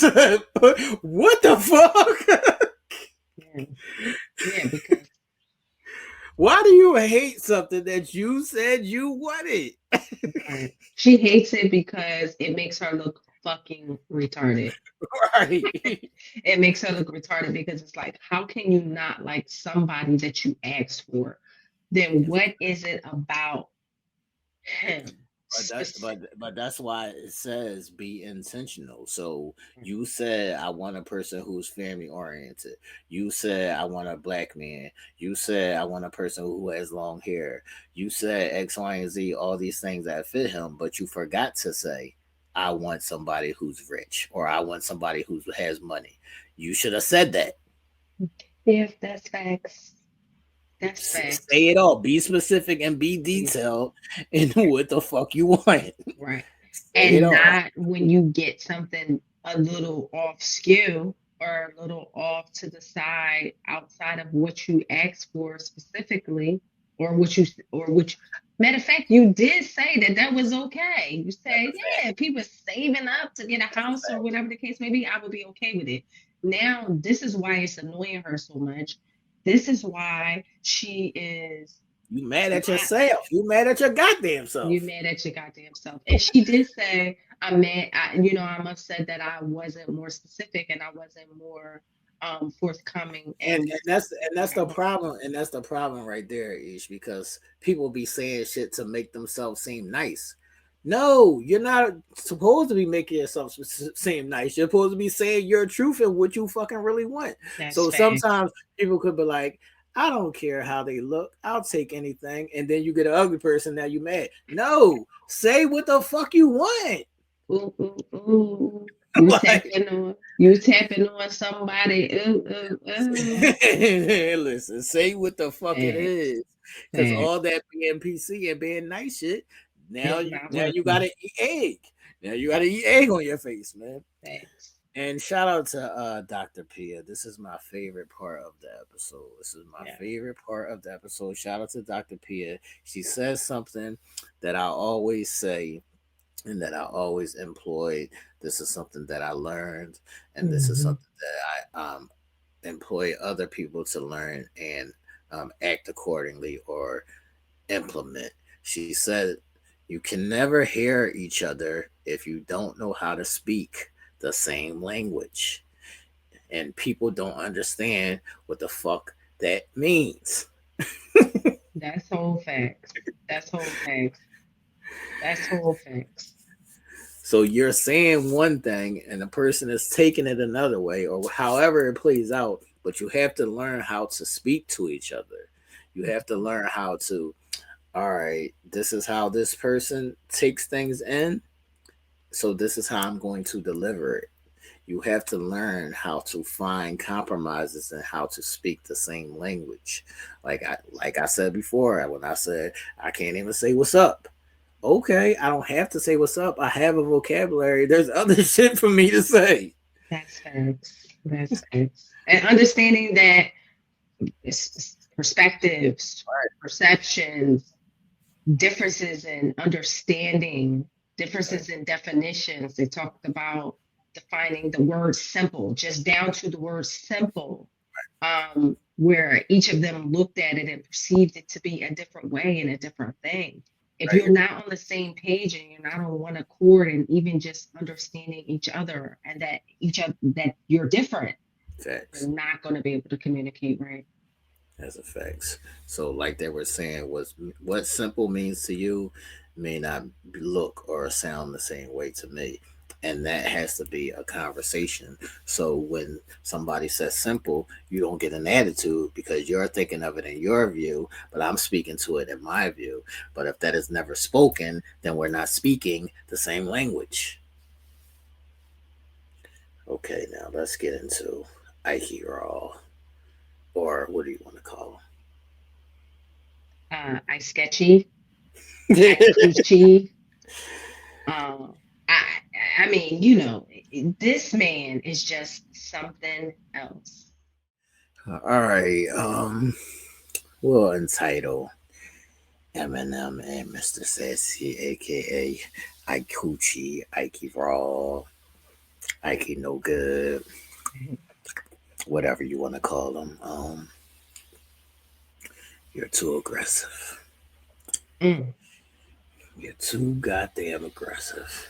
Eminem, how dare you ask me a question? How dare you say, what do I want in a wife? That is way too aggressive for me. That's way too much. Bring it down a notch. Bring it down a notch. Don't speak to me like that. Don't speak to me like that. I was so lost and confused on all these things that were happening this week with Eminem and Ike Coochie, man. Ike Coochie, I love it. I cannot. What is your answer to this, Ish? Is Eminem aggressive or is she just inquisitive? I think that's mistaken very often. The being aggressive for being direct or inquisitive or just generally asking questions and shit. Like, that is so misinterpreted a lot. And I think Aikichi is being very unfair to Emem. Do you think that's a misinterpretation, or do you think that this is how I see it? A lot of times women don't know that men do this subconsciously or consciously. Like, if they don't have an answer for your question, then they're going to blame you. They're going to say you did something. They're going to say, why are you asking me a question? Just to get the heat off of them. But it's not even really heat because you're asking me a question. You ain't asking me to like build the house right now.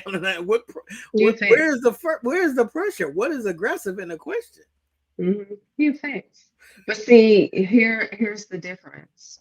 So there's women that will be like, okay, I see him trying to evade and I'm going to push more. And then there's going to be other women who will be like, nigga, I see through your bullshit, but I'm going to run with your game. You know what I mean? She is trying to still be in a good space, but also try to get her questions answered. You know what I mean? So she's still being semi-forceful, but she's backing it up a little bit. And he's trying to evade. He's trying to be very evasive. He's definitely being very evasive.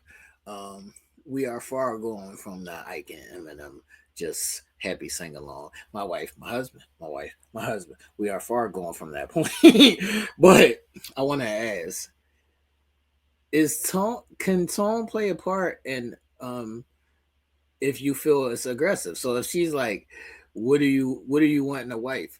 I don't hear her saying it with tone though. I hear her just saying it. So how is it aggressive if my tone is not aggressive? Thanks. Well, I will say this. As a woman who, runs shit in the everyday, day to day, we're very in your face, very direct. Right. And so tone can play a good part in it. I see Em giving some tone. You do? I see her giving some tone, but not in a negative fashion. I see her giving that direct, I need an answer type of tone. But he's so sassy. Right. He's such a bitch boy. Yeah, he said I'm sarcastic. That she could open up her mouth to say, what kind of draws you got on right now? And he gonna be like, that's aggressive. You're just doing too much. Like, you know what I mean? So she may not have a negative intention with what she's asking, but it just could be very well her directness or, her just wanting to get to answers or get to an answer that he's taking it in as the way that he's taking it in. All right, so he said she's being aggressive by asking questions, and she don't know him like that. So how is she supposed to get to know you? And how is this your wife, or is it like a smoker on the corner or something? Can you say to your wife, you don't know me like that? No, see, and you, I see. okay. No, you can't. I don't understand what it is that he's doing in this instance. First of all, I don't know where the shift happens. Okay, like I don't I'm know about to tell where. you where the shift happened. The shift happened. I know. I kind of do know where it The happens. shift happened with the friends, Mhm. and I feel like you set me up. And also, as we move later in this conversation, the shift happened where he says, "Oh, this is about sex." She tried, and I didn't want it, and now we got issues. Okay. So that's where the shift happens.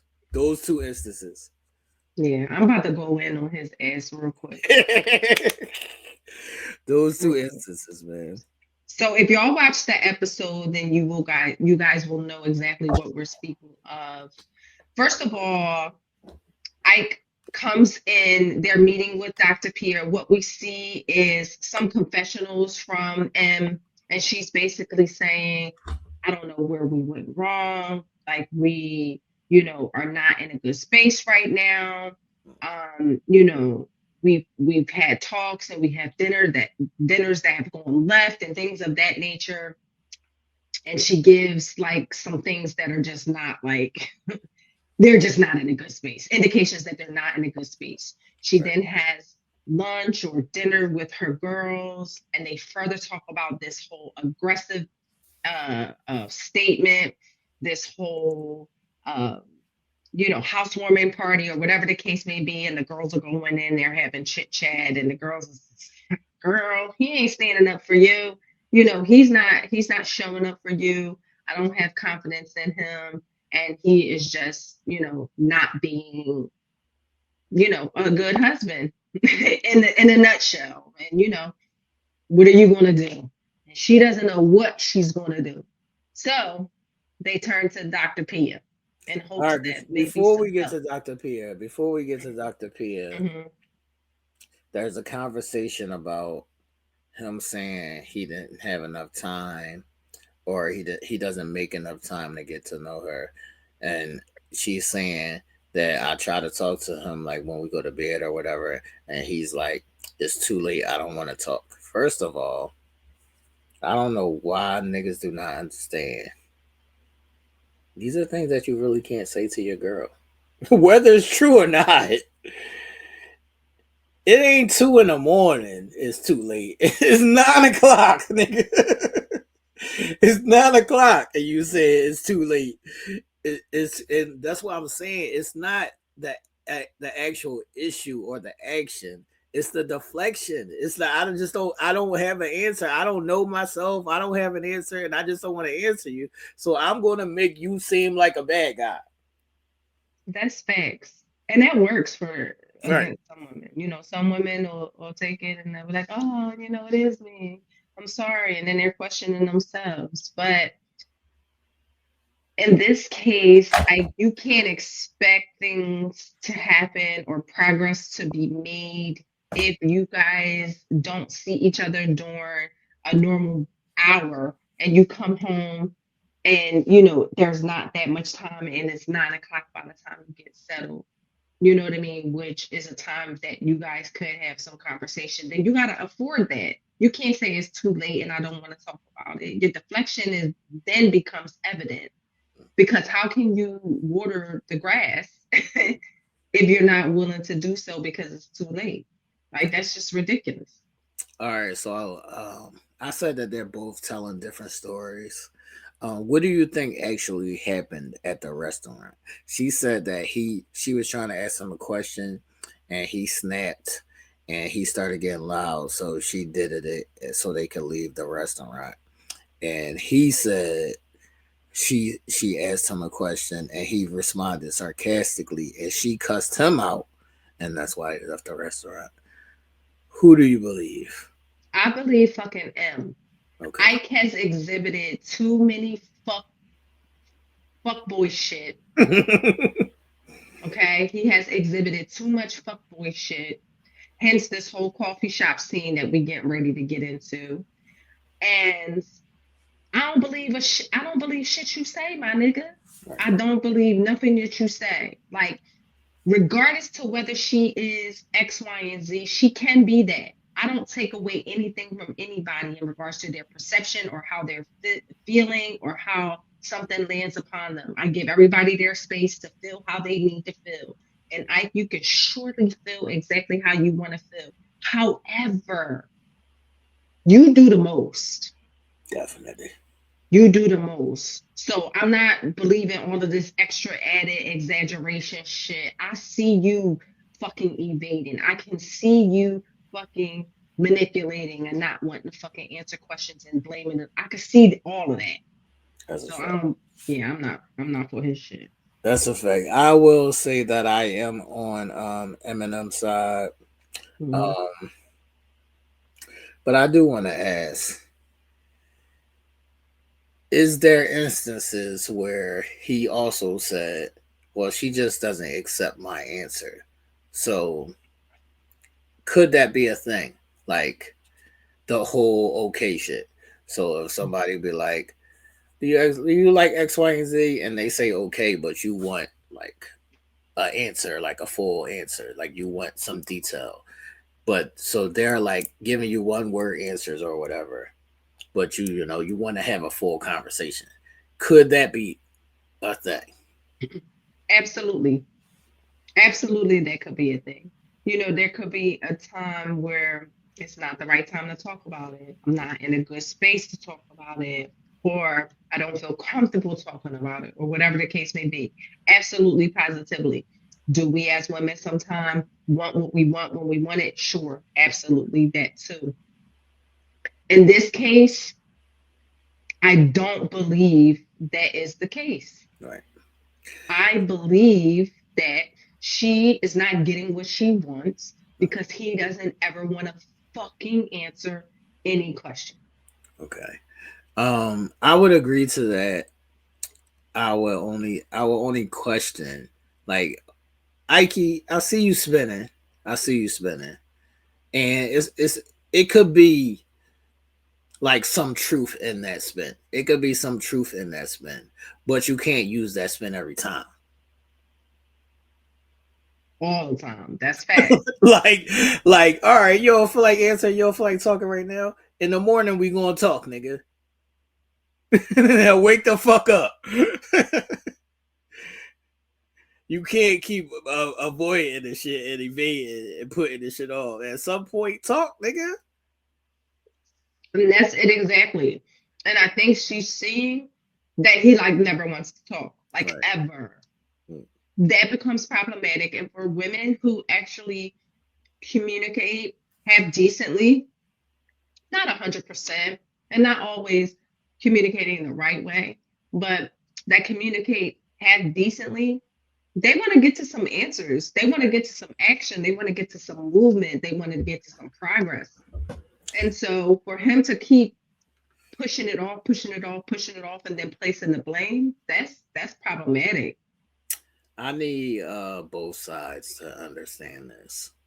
I need men and women to understand this. You got to understand that some people don't know how to communicate. Whether they choose to or don't know how to, they are not communicators. So now you got to look inside yourself or question yourself and say, can this work for me? Is this enough? Is the okay when I want a full sentence enough? That's what I would say to you to ask yourself, because they gonna be where the fuck they at. Mm-hmm. Now, do you want to accept that or no? Because if I'm trying to communicate, I want to communicate. Mm-hmm. Don't give me the fucking okay shit. Mm-hmm. and that's what I would express to both sides, that you have to see who, like, you might be the person that's not a communicator, and you have to acknowledge that, and you have to express that to your partner so they can understand how you operate, and then y'all have to see if there's any compromise, or this is just not enough for either side. Mm-hmm. And I think that's what the issue is. But now let's get to the big old meeting with Dr. Pia, where they didn't arrive together. Ike came in with an attitude, Ish. He came in right off the back. I'm tired. What the fuck, y'all? Why we gotta talk right now? What, nigga? Yo, he is such a bitch boy for this whole scene. I saw him in a different light. This whole coffee shop scene. What light did you see him in? As a bitch boy. As a bitch boy. I tried to tell y'all episode 1. When I tried to tell y'all episode 1. You said, this nigga cannot talk. He cannot talk. I swear, and we talked about this last episode, he puts up a good facade, and people are slowly beginning to pick away at it and see through the fact that he hides behind this immaculate intellect of a communication verbiage that, you know, would make you feel like he's got everything lined up, and he's right. this. And I always reflect back to this fucking dumbass book. Right. And I'm sorry, Ike, if you ever come across this video, I don't take anything away from you, but it's bullshit. It's definitely. And I will say that to you, sir. It's bullshit. You hide bullshit, and I think it's childish. Yes, it's childish. Your behavior is fucking childish. The way you fucking stormed in this coffee shop with this fucking dumbass backpack on. Let's stay there. Okay. Dr. Pia says, seems like you have an attitude. And he says, I don't have an attitude. Sassy McNasty. How do you feel about people saying I don't have an attitude when it's obviously you could feel their energy, hear their tone, that they have a fucking attitude? Yeah. Who are you fooling? Right. Now you're gonna try to make me seem like I'm dumb. All like right. I'm not picking up on that vibe. Right. That's a fact. All right. So he said, she asking him, well, what's the issue? And he says she doesn't pick him up emotionally. Yeah, he said, I normally talk to people that pick me up. Yeah. And she said, oh, is that him? And no. She said no. Not now. Not as of now. That's what I said. Whatever. He's just T. All right. I'm gonna shoot. But trigger warning. I'm gonna shoot him some bell. I'm gonna shoot Ike Ross some bell, man. Okay. All right. He said the questions eliminate enjoyment. So I'm gonna shoot him some bell here, man. I understand this to a degree. The way he's using it is a lie, but this what he said is true. But the way he's using it is a lie. But what he said is true. Yes, the questions could eliminate enjoyment if that's all you're doing. So say you're a person who's just drilling me like this is an interrogation, then yes, that could be taking away the enjoyment of us getting to know each other. But like I said, I don't hear or see the tone that she's drilling you like a fucking interrogation room. You just don't want to answer the question because you don't have an answer because you don't fucking know. That's facts. And not only that, sir, we're going to get into this, and I'm not going to jump too far ahead because I'm sure you're going to tap on it as well. You know, like coming around this mountain for the second fucking time. and talking about I don't know somebody and I don't want an X, Y, and Z. We're going to get to that. But how else is a person supposed to know anything about you or learn anything about you if they don't ask questions? Now, you can kindly say, you know what, I don't like the tone in which you're asking me these questions, or I feel like this is an interrogation. Like, I don't mind you asking me questions, Right. but can we format this just a little bit different so that I can be receptive to it? But The fact that he's saying she just asking questions is like, my This nigga, is- you don't want to answer. right. This is why I call bullshit, because in the after party, or I think this was in the after party, he's saying, well, instead of asking me questions, which that sounds retarded, because people in general, if I'm trying to get you to know you, I'm just going to ask you questions. But I can see where you tried to be spunky, you tried to be smart, you tried to be slick. He said, just let me show you who I am instead of you just asking me a question. Hold on, Ish. Hold on, Ish. He said, just let me show you instead of just berating me with questions. Now, I would give you a little bell there, and that could be an option. But you also don't spend any time with her. So how are you going to show her who you are if y'all never spend any time together?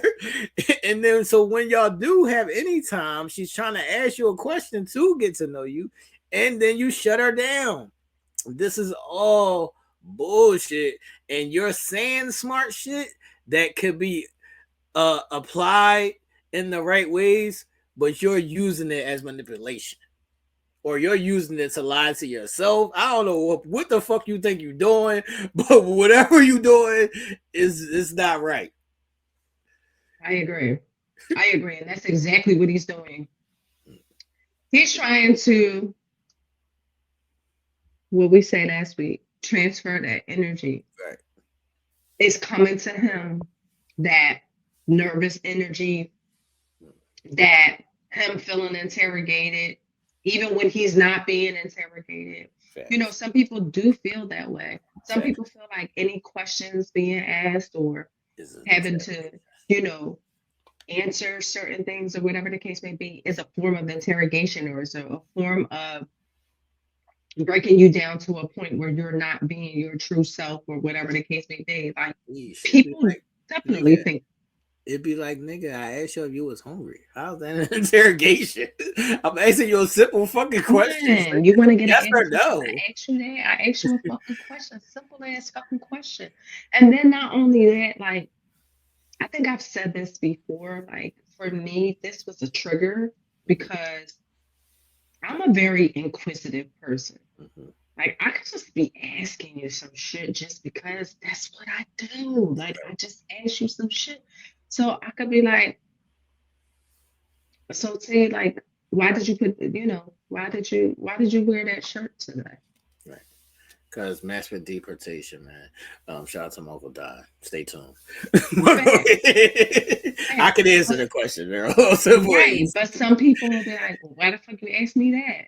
Right, because that's what I wanted to put on today. Facts, and that's so unnecessary. And it's also deflection, and it's also you're defensive, and it's also people always say the fucking word communication, but they're not communicators. You're a fucking liar. and I'll be like, okay, well, I was just asking because I see your shirt is making a statement. So that was my gateway or segue for you to start a conversation, or to whatever the case may be. And for some, I get it. It might not be receptive. Like, you know, they might not understand it or get it. And it could, but that's not interrogation. That's what I was about to say. That's not even nothing to understand or get. You're just being extra. You fucking being extra. You fucking being extra. That's all it is. You being extra for no reason because you don't want to answer the question. Like, just say I don't want to answer the question. That's all. Right. Mm-hmm. That's all. Keep it a B. Say I don't want to answer that shit. Mm-hmm. Mm-hmm.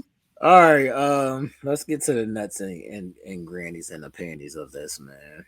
So he said to her, you really don't want me to say what it really is. That was like threatening to me. Like, that seemed like a side threat. Like, do you really want me to say this to him? Yeah, I ain't gonna say this because we said we ain't gonna say nothing. Like what, nigga? I thought he was about to drop a bomb. Me too. I was scared. Like, wait a minute. What did he say? What did they say not to say to nobody? Like, what happened? Did somebody get beat or something? Right. I was so confused. Like, wait a minute. And then she said, oh, okay, go ahead and say whatever you want to say. And he said, you know, this is all about sex. And he said, it all started when she said, come and get in the shower with me. She's being aggressive. She's violating my consent. I said, no, I'm not a piece of meat. Yeah, I feel like I'm a piece of meat right now. This is all about sex. I wanted to listen. We talk about this. This has to be fair, both ways it goes. Anybody that feels uncomfortable in a space. Trigger warning. Yes. And it goes both ways for men and for women. If you're in a space where you don't feel comfortable and you say no, that should be respected. That should be adhered to, and your space should not be, invaded in any way, shape, or form. And Ike has clearly stated that he has felt uncomfortable. I'm being sexually assaulted over here. I'm being sexually assaulted over here because I've told her that I didn't want to be in a sexual space with her. She asked that I want to have sex with her. I told her no.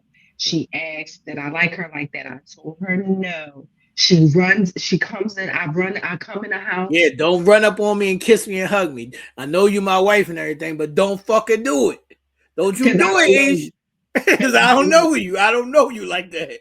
I married you and all, but I don't know you like that. Don't fucking run up on me, kiss me, and hug me. What the fuck you think this is? I'm so confused by this. I'm confused. I was ready to choke this nigga my damn self. Like, nigga, are you fucking retarded right now? By this, I'm so confused, and this is not to take away from anybody who ever feels uncomfortable in any space. But if you watch the episode, nigga, don't get married then. Right. If you watch this episode, you'll understand what we're saying. He's basically saying, I got married to someone. I talk about my daughter, and I talk about these epiphanies, and I talk about all of this stuff that I had, and here I finally got it, right? And then we're regressing backwards, and I don't know you. Right. I don't know you enough to want to be in a affectionate space with you. I don't want to do this. I don't want you to hug and kiss me. I don't want you to come in and be happy to see me and want to hug and kiss me. I don't want to do any of that because I don't know you. My nigga, what? I'm lost because they called him out and they said, well, in the beginning and in the honeymoon, you was touchy-feely. And she said, when we was on the honeymoon bus, you was the one that put my hand on your dick. I said, wait a minute, Ike Raw. Wait a minute, Ike Raw. We saw that. We saw that. So now, and all of a sudden, you don't want to be affectionate. You don't want to be touchy-feely. You feel like you're being violated, but you was the one that put your hand on her hand on your dick. Make it make sense, Ike Raw. Yes. Make it make sense. You set the tone. You set the tone. You set the tone, you set the precedent, you let her know that, hey, this isn't a space that I would want to be in with you because I actually guided you to my fucking crotch. I actually guided you to my dick. So that's letting you know that I'm trying to see what this be about too, because it is feeling like something. So as a woman, I'm going to take those signs the same fucking way. And I'm going to like be, okay, you put my hand on your dick. What's up with that dick? Facts. All right. What's up with that dick? Let's tell the people what Ike's answer was. They said, Ike, what's your response? You started this shit. And you know what he said? Your favorite lie is, I'm from the South. I'm from the South. We don't get down like that. We like to be the chasers. I don't want my woman to be so aggressive. We take our time. I know that I put her hand on my dick, but I didn't mean that. That's not what I meant. That's not what I meant. That's not what I meant. Like, yeah, let me do it. Let me do it. Now, if I do it, it's cool, but you don't do it. Facts. He definitely twisted that shit all the way around to a whole nother fucking level. Okay. That And was didn't the take show of all shit shows. yes, and didn't take responsibility for any None like, of them. yeah, you know what? I did do that. And maybe I did that a little prematurely and I'm sorry. You know what I mean? If I put that into the atmosphere for you to lead with. But I should have said that I want to take it a step slower. So this way we can get to know each other on a deeper level outside of the sexual. Or just say, no, I like men. I can't. And that's accurate question. That's an accurate question because there ain't no way in the world that, especially if you're already my wife and you say come get in the shower with me, I'm gonna be like, no, I don't know you. The fuck? That's facts. That's The facts. But fuck? we saw when he was in the bed and he was the little spoon and he was like, no, my mama is watching this. No. Now I got a question. Look, East, now I got a question if I should even be like the little spoon anymore because I don't want to be that little spoon that he was. Yeah, like I'm just so baffled by his behavior because even if you don't want to take it a step further, you know what I mean? There's there's ways to communicate that. There's more Like subtle ways. it's more subtle ways. You have a woman who is in the medical profession, Right. who is a practitioner, who is a nurse practitioner. Her clearances and everything are on the line, and you are on national fucking TV stating that almost that she performed And she tried to rape you. against you. Yes. And then he said, I said what I said. I said what I said. You're a fucking bitch. I'm I sorry. said what I said. I said Right. what I said what I said, and not taking anything away from how he's feeling because we don't want to do that. But that is just ridiculous. So now you're placing this onus on her. Right. Because you're not being truthful with yourself. Yo, the thing about it is how men always say, you know, she's doing shit and playing the victim. This is the reverse shit of that. If I ever saw it, this is the reverse shit of that. If I ever saw it, how he's playing the fucking victim, like he rip his clothes off when he come in the crib, like nigga, what? And Dr. Pia tried to round it up, like, hold up, you're making some really strong accusations here. We need to clear this up. We need to allow her to speak. You know, Em spoke her piece, just basically saying, hey, And maybe mixed signals. And she apologized. Do you think she should have apologized? Yes. Okay. Yes. I will say, listen, I don't think she should apologize because nigga, I'm your right. Because she might not have necessarily done anything wrong, but apologizing for the way that you're feeling should be at least on the top of her list. Like, and I think in any partnership, I can apologize to you for the way that you're feeling or that I made you feel, or if I came across a certain way. But let me try to clarify and clean up and clear up exactly where I was coming from, and not in the sense that you may have felt that I was coming from. You see what I'm saying? And so she, she at least attempted to do that, even though she may not have necessarily done nothing wrong, because I think he's full of shit, and I think he was being super sassy. And I think that he put shit into the atmosphere that can ultimately, I feel like he has no place or he feels a lack of manhood in this situation. And this was his way of fucking turning the tables, because there ain't no fucking way. But that's what I'm saying, man. It all stems from the friends or her cousin and her friend checking him and him feeling like he was set up. So he feels like he don't trust her now. So now since he don't trust her, he don't want to be bothered with her. Run, girl. That's what I was say. Run. I knew you was about to say that. Run. Run. All right. She apologized, and they agreed to say, let's start over and let's begin to talk because we still never talked like ever in life. This is what I always say: y'all never fucking talk. But so they agreed to talk. I do want to say, outside of that, I hated her outfit at that meeting. What you say, Ish? Can you hear me? Okay. Yeah. Yeah, it was the worst. Yeah, I hated her outfit at that meeting. That's what I wanted to say, man. But so it says that they didn't speak for a while after that meeting. Maybe they needed a cool down period because it was a lot. That was a lot. That was a lot. All right, so next time we see them, Ikuchi, he comes to her job, and I will say she did look cute when she was at work. I like how she looked at work. I think she looks better with her hair down like that. She looked cute when she was at work.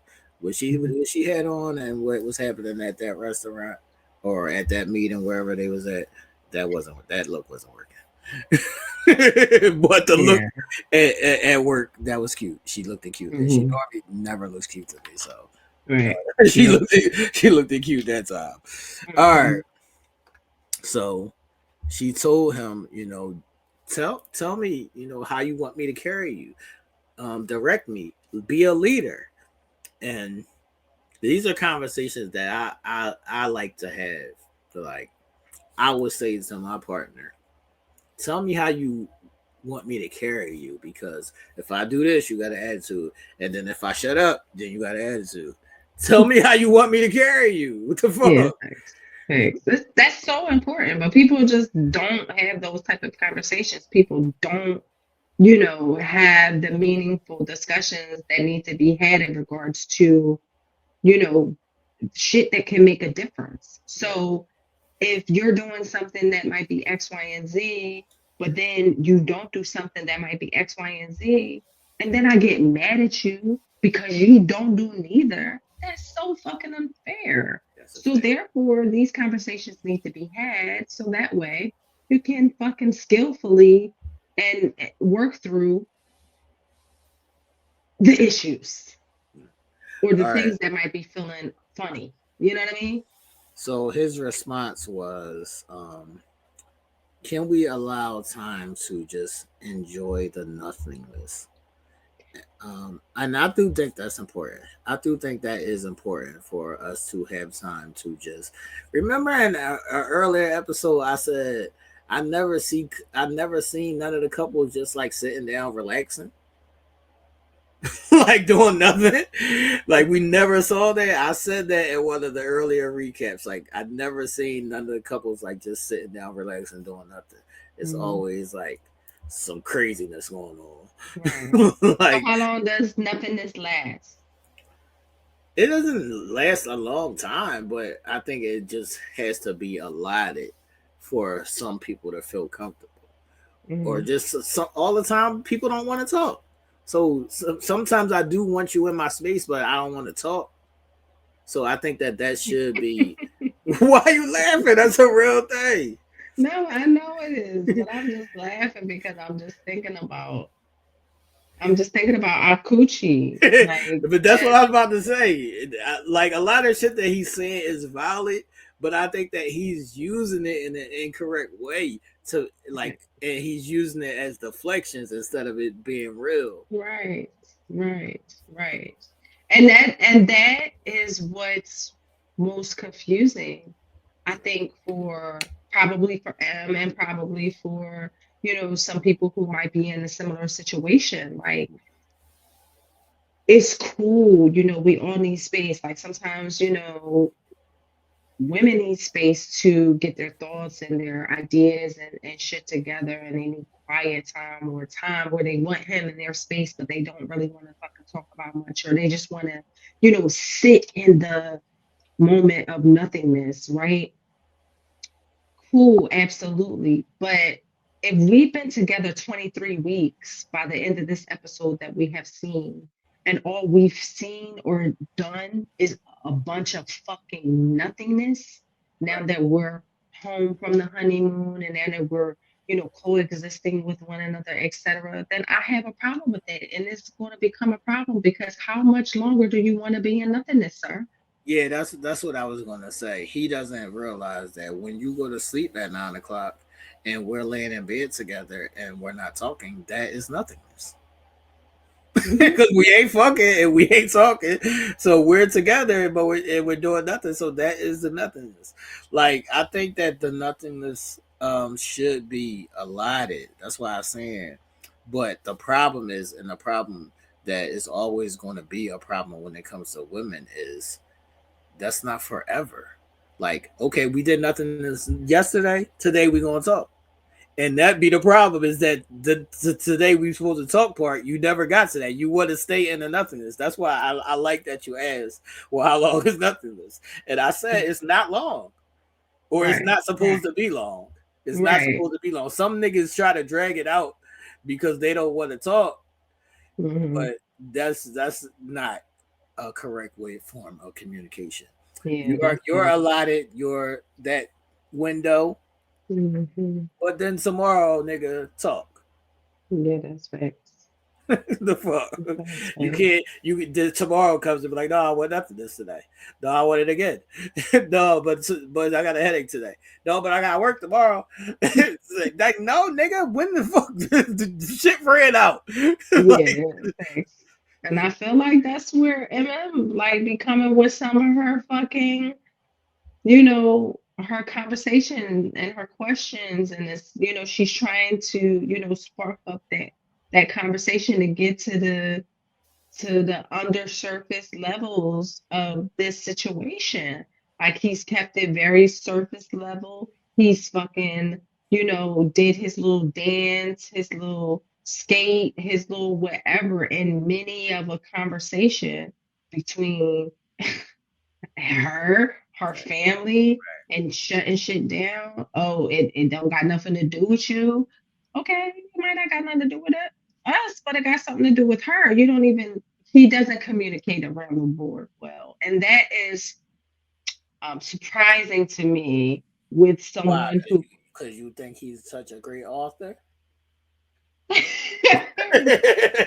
he thinks he's such a great author. So, but for someone who poses to be such a great communicator and exposes themselves to be that, and then you can't communicate well, and then you cause a clusterfuck.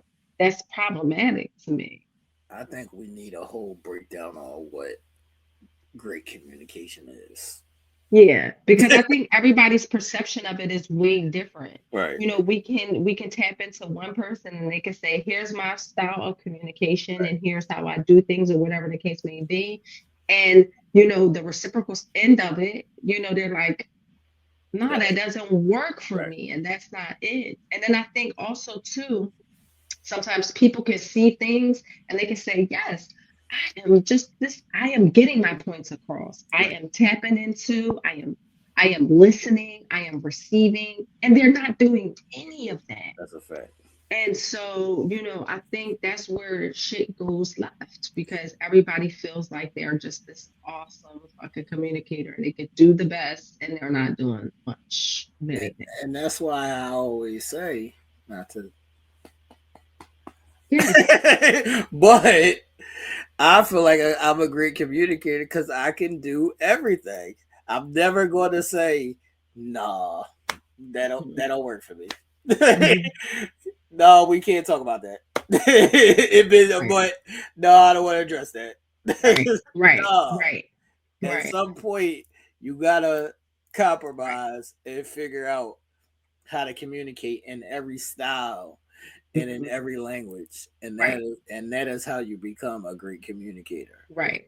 And facts. And two, I think what is also missing in a lot of this shit too, T, like people think that they can be a great communicator because they can open up their mouth and they can speak and they can express. But a part of being a good fucking communicator is fucking listening. That's a fact. And receiving and allowing your person the space and the opportunity to fucking talk, even when it don't fucking feel good. That's a fact.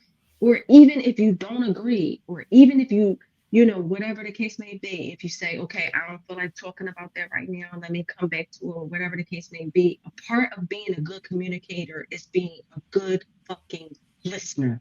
That's a fact. And I say that all the time. Fucking listen, man. You gotta fucking listen, man. You gotta fucking listen. You gotta fucking listen. Because that's where I think a part of the breakdown comes to. Because they're like, I'm communicating good. I'm communicating good. I'm communicating good. And then they're blaming the other party because they're not so good at communicating. Well, you're not listening to them for them to be able to communicate to you fully. Stop listening to combat what they're saying, and stop listening to dismiss what they're saying. Listen to understand what they're saying. Yeah. Whether you agree with it or not, that's how they feel. So you have to listen to understand what they're saying. Right.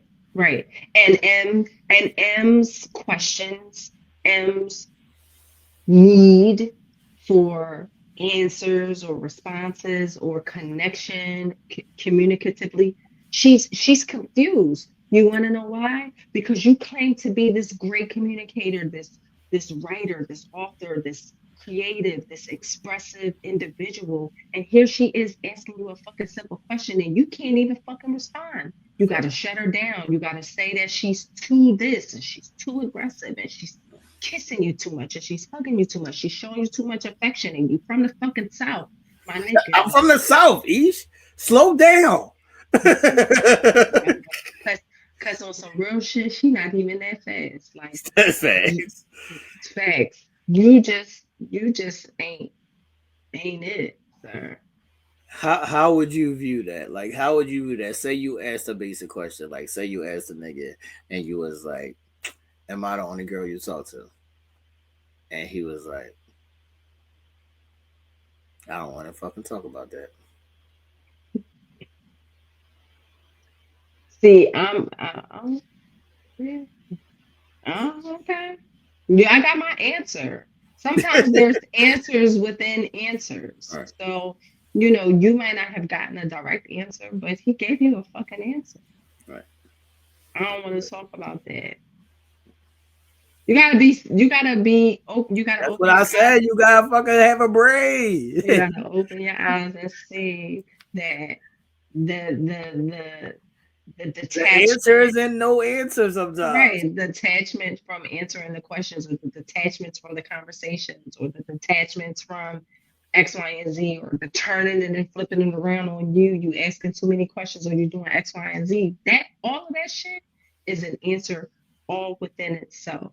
Right. And you should get and pull from it what you need, exactly what you need for you to move a certain way. And plus, how about viewing that as a pattern? So if this is your pattern every time I got a question, do you think this is where I'm going to stay? Do you think that this is a situation that I want to explore on a long-term basis? If this is the pattern, not Ikuchi saying, when I get to know you, I'm going to be different. But this is your pattern in life. Fuck that. What did you say earlier? Run, girl. Run. Put them fucking skippies on, tie them bitches up, and get the dash in. Because this right here, if the coffee fucking shop fucking scene, him coming in, strolling in with this passive aggressive, even Dr. Pia said, come on with the passive aggressive shit. We're not gonna do that today. Right. Yes, ma'am. Yes, ma'am. And then he said, that's what I said. That's what I said. Just in response to her. Everything about him showed bitch boy. And if you didn't see that, I mean, her face, that stink face that she had, maybe made her see that. I don't know. But if you couldn't see that and move forward in a different situation, my nigga, if it's 2 bedrooms, then you sleeping in the other bedroom. Facts. I don't want to even be near you. I don't want you don't want to touch me, nigga. You don't need to sleep in the bed with me. Since you feel like you sexually assaulted, matter of fact, I'm gonna go to my apartment. Facts. I'm gonna go to my crib. I'm gonna give you your space. I'm gonna let you do your thing. I ain't gonna be near you for you to be able to say you can fucking touch me. Because right now, people see X, Y, and Z. I got a fucking whole clientele. I got a whole base. Like this is just this was too much. Nasty work. Nasty work. Nasty work. Nasty work. Nasty work. Yeah. All right. Let's run through these sneak peeks real quick, man. All right. And the sneak peek, Carla told Juan, I just quit my job. And then Juan said, I can see you being crazy sometimes, Carla. But don't be stupid. I was like, what the fuck?